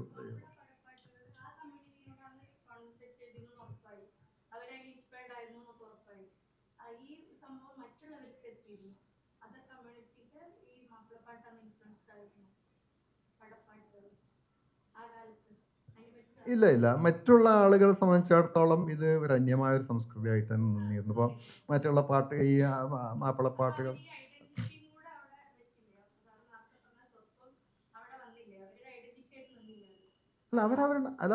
അവരവരുടെ ഐഡന്റിറ്റി കീപ്പ് ചെയ്തുകൊണ്ട് തന്നെ അവരുടെ മാലകൾ മറ്റത് മറിച്ചത് മഹാരാമായണം ആ തരത്തിലുള്ള ഒരു വലിയ കാവ്യ ശാഖ അവർക്കുണ്ടല്ലോ. അങ്ങനെ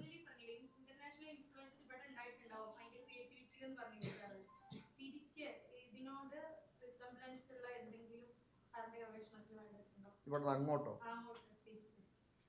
അത് വേണ്ടത്ര ഞാൻ അങ്ങനെ അത്ര ഒരു പരന്ന് അങ്ങനെ പോയിട്ടൊന്നുമില്ല. അല്ല കോസ്മോപോളിറ്റൻ സംസ്കാരത്തിനകത്ത് നമ്മൾ അടയാളപ്പെടുത്തുകയാണെങ്കിൽ ഇത്തരത്തിലുള്ള ഒരുപാട് എലിമെന്റ്സ് ഇവിടുന്ന് അങ്ങോട്ടും അവിടുന്ന് ഇങ്ങോട്ടും തീർച്ചയായിട്ടും കണ്ടെത്താൻ പറ്റുമെന്നുള്ളതാണ് നമ്മൾ വിശ്വസിക്കേണ്ടത്. അങ്ങനെ തന്നെയാണ് വിശ്വസിക്കേണ്ടത്. പുതിയ ഫിലോളജിയുടെ അതനുസരിച്ച് നമ്മൾ അങ്ങനെയൊക്കെ തന്നെയാണ് വിശ്വസിക്കേണ്ടതെന്ന് തോന്നുന്നത്.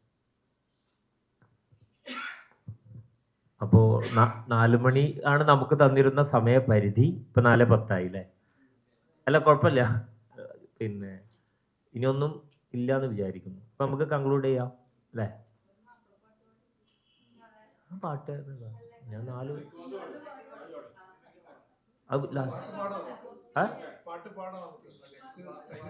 2 വരി പാടിയിട്ട് ഇത് കൺക്ലൂഡ്. ഞാൻ എന്താ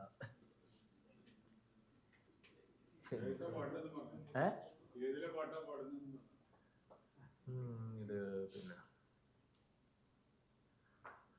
ആലങ്ങൾ അറുമൂണ്ട് അലീഫും കുന്നിട കൊണ്ട് അമൈത്ത കോൻ തിരുനാമം തവക്കം വിണ്ട് തുതിയാൽ അതും സലാമയും മൊളിന്തും കൊണ്ട് പുലിക്കോട്ടിലിന്റെ മറിയക്കുട്ടി പോലുന്നേ നിരു കണ്ണില് മണിമാരർ ഹസൻ കുട്ടി പൂമാനം തെളിന്തുണർന്നിടുവാൻ കേട്ടി കവിതൈ പോട്ടിടുന്നിതാ സ്വന്തം മറിയ കുട്ടി. എടീത്തൊരു വരി പാടാം. ഫുള്ള് ബെല്ലാരിക്ക് വീടുന്ന് വരാനൊട്ടു വഴിയുണ്ടോ, വല്ലികൾ കവിടേക്ക് വരാൻ പാടുണ്ടോ, ഉമതിൽ വരുകിൽ കണ്ടിടാൻ വല്ല നിവൃത്തിയുണ്ടോ, ഉണ്ടതെങ്കിൽ വന്നു കാണാനുണ്ട് മോഹം പൊന്നേ, ഒറ്റ നോക്ക് കണ്ട് മരിച്ചോട്ടെ അന്ന് തന്നെ, എൻ്റെ പൊന്നും മാരരെ പിന്നെന്തിനീ വേറൂപ്പ്, എൻ്റെ മേലിൽ വെച്ചിടുന്നു ചിന്തയിൽ മൂഷിപ്പ്.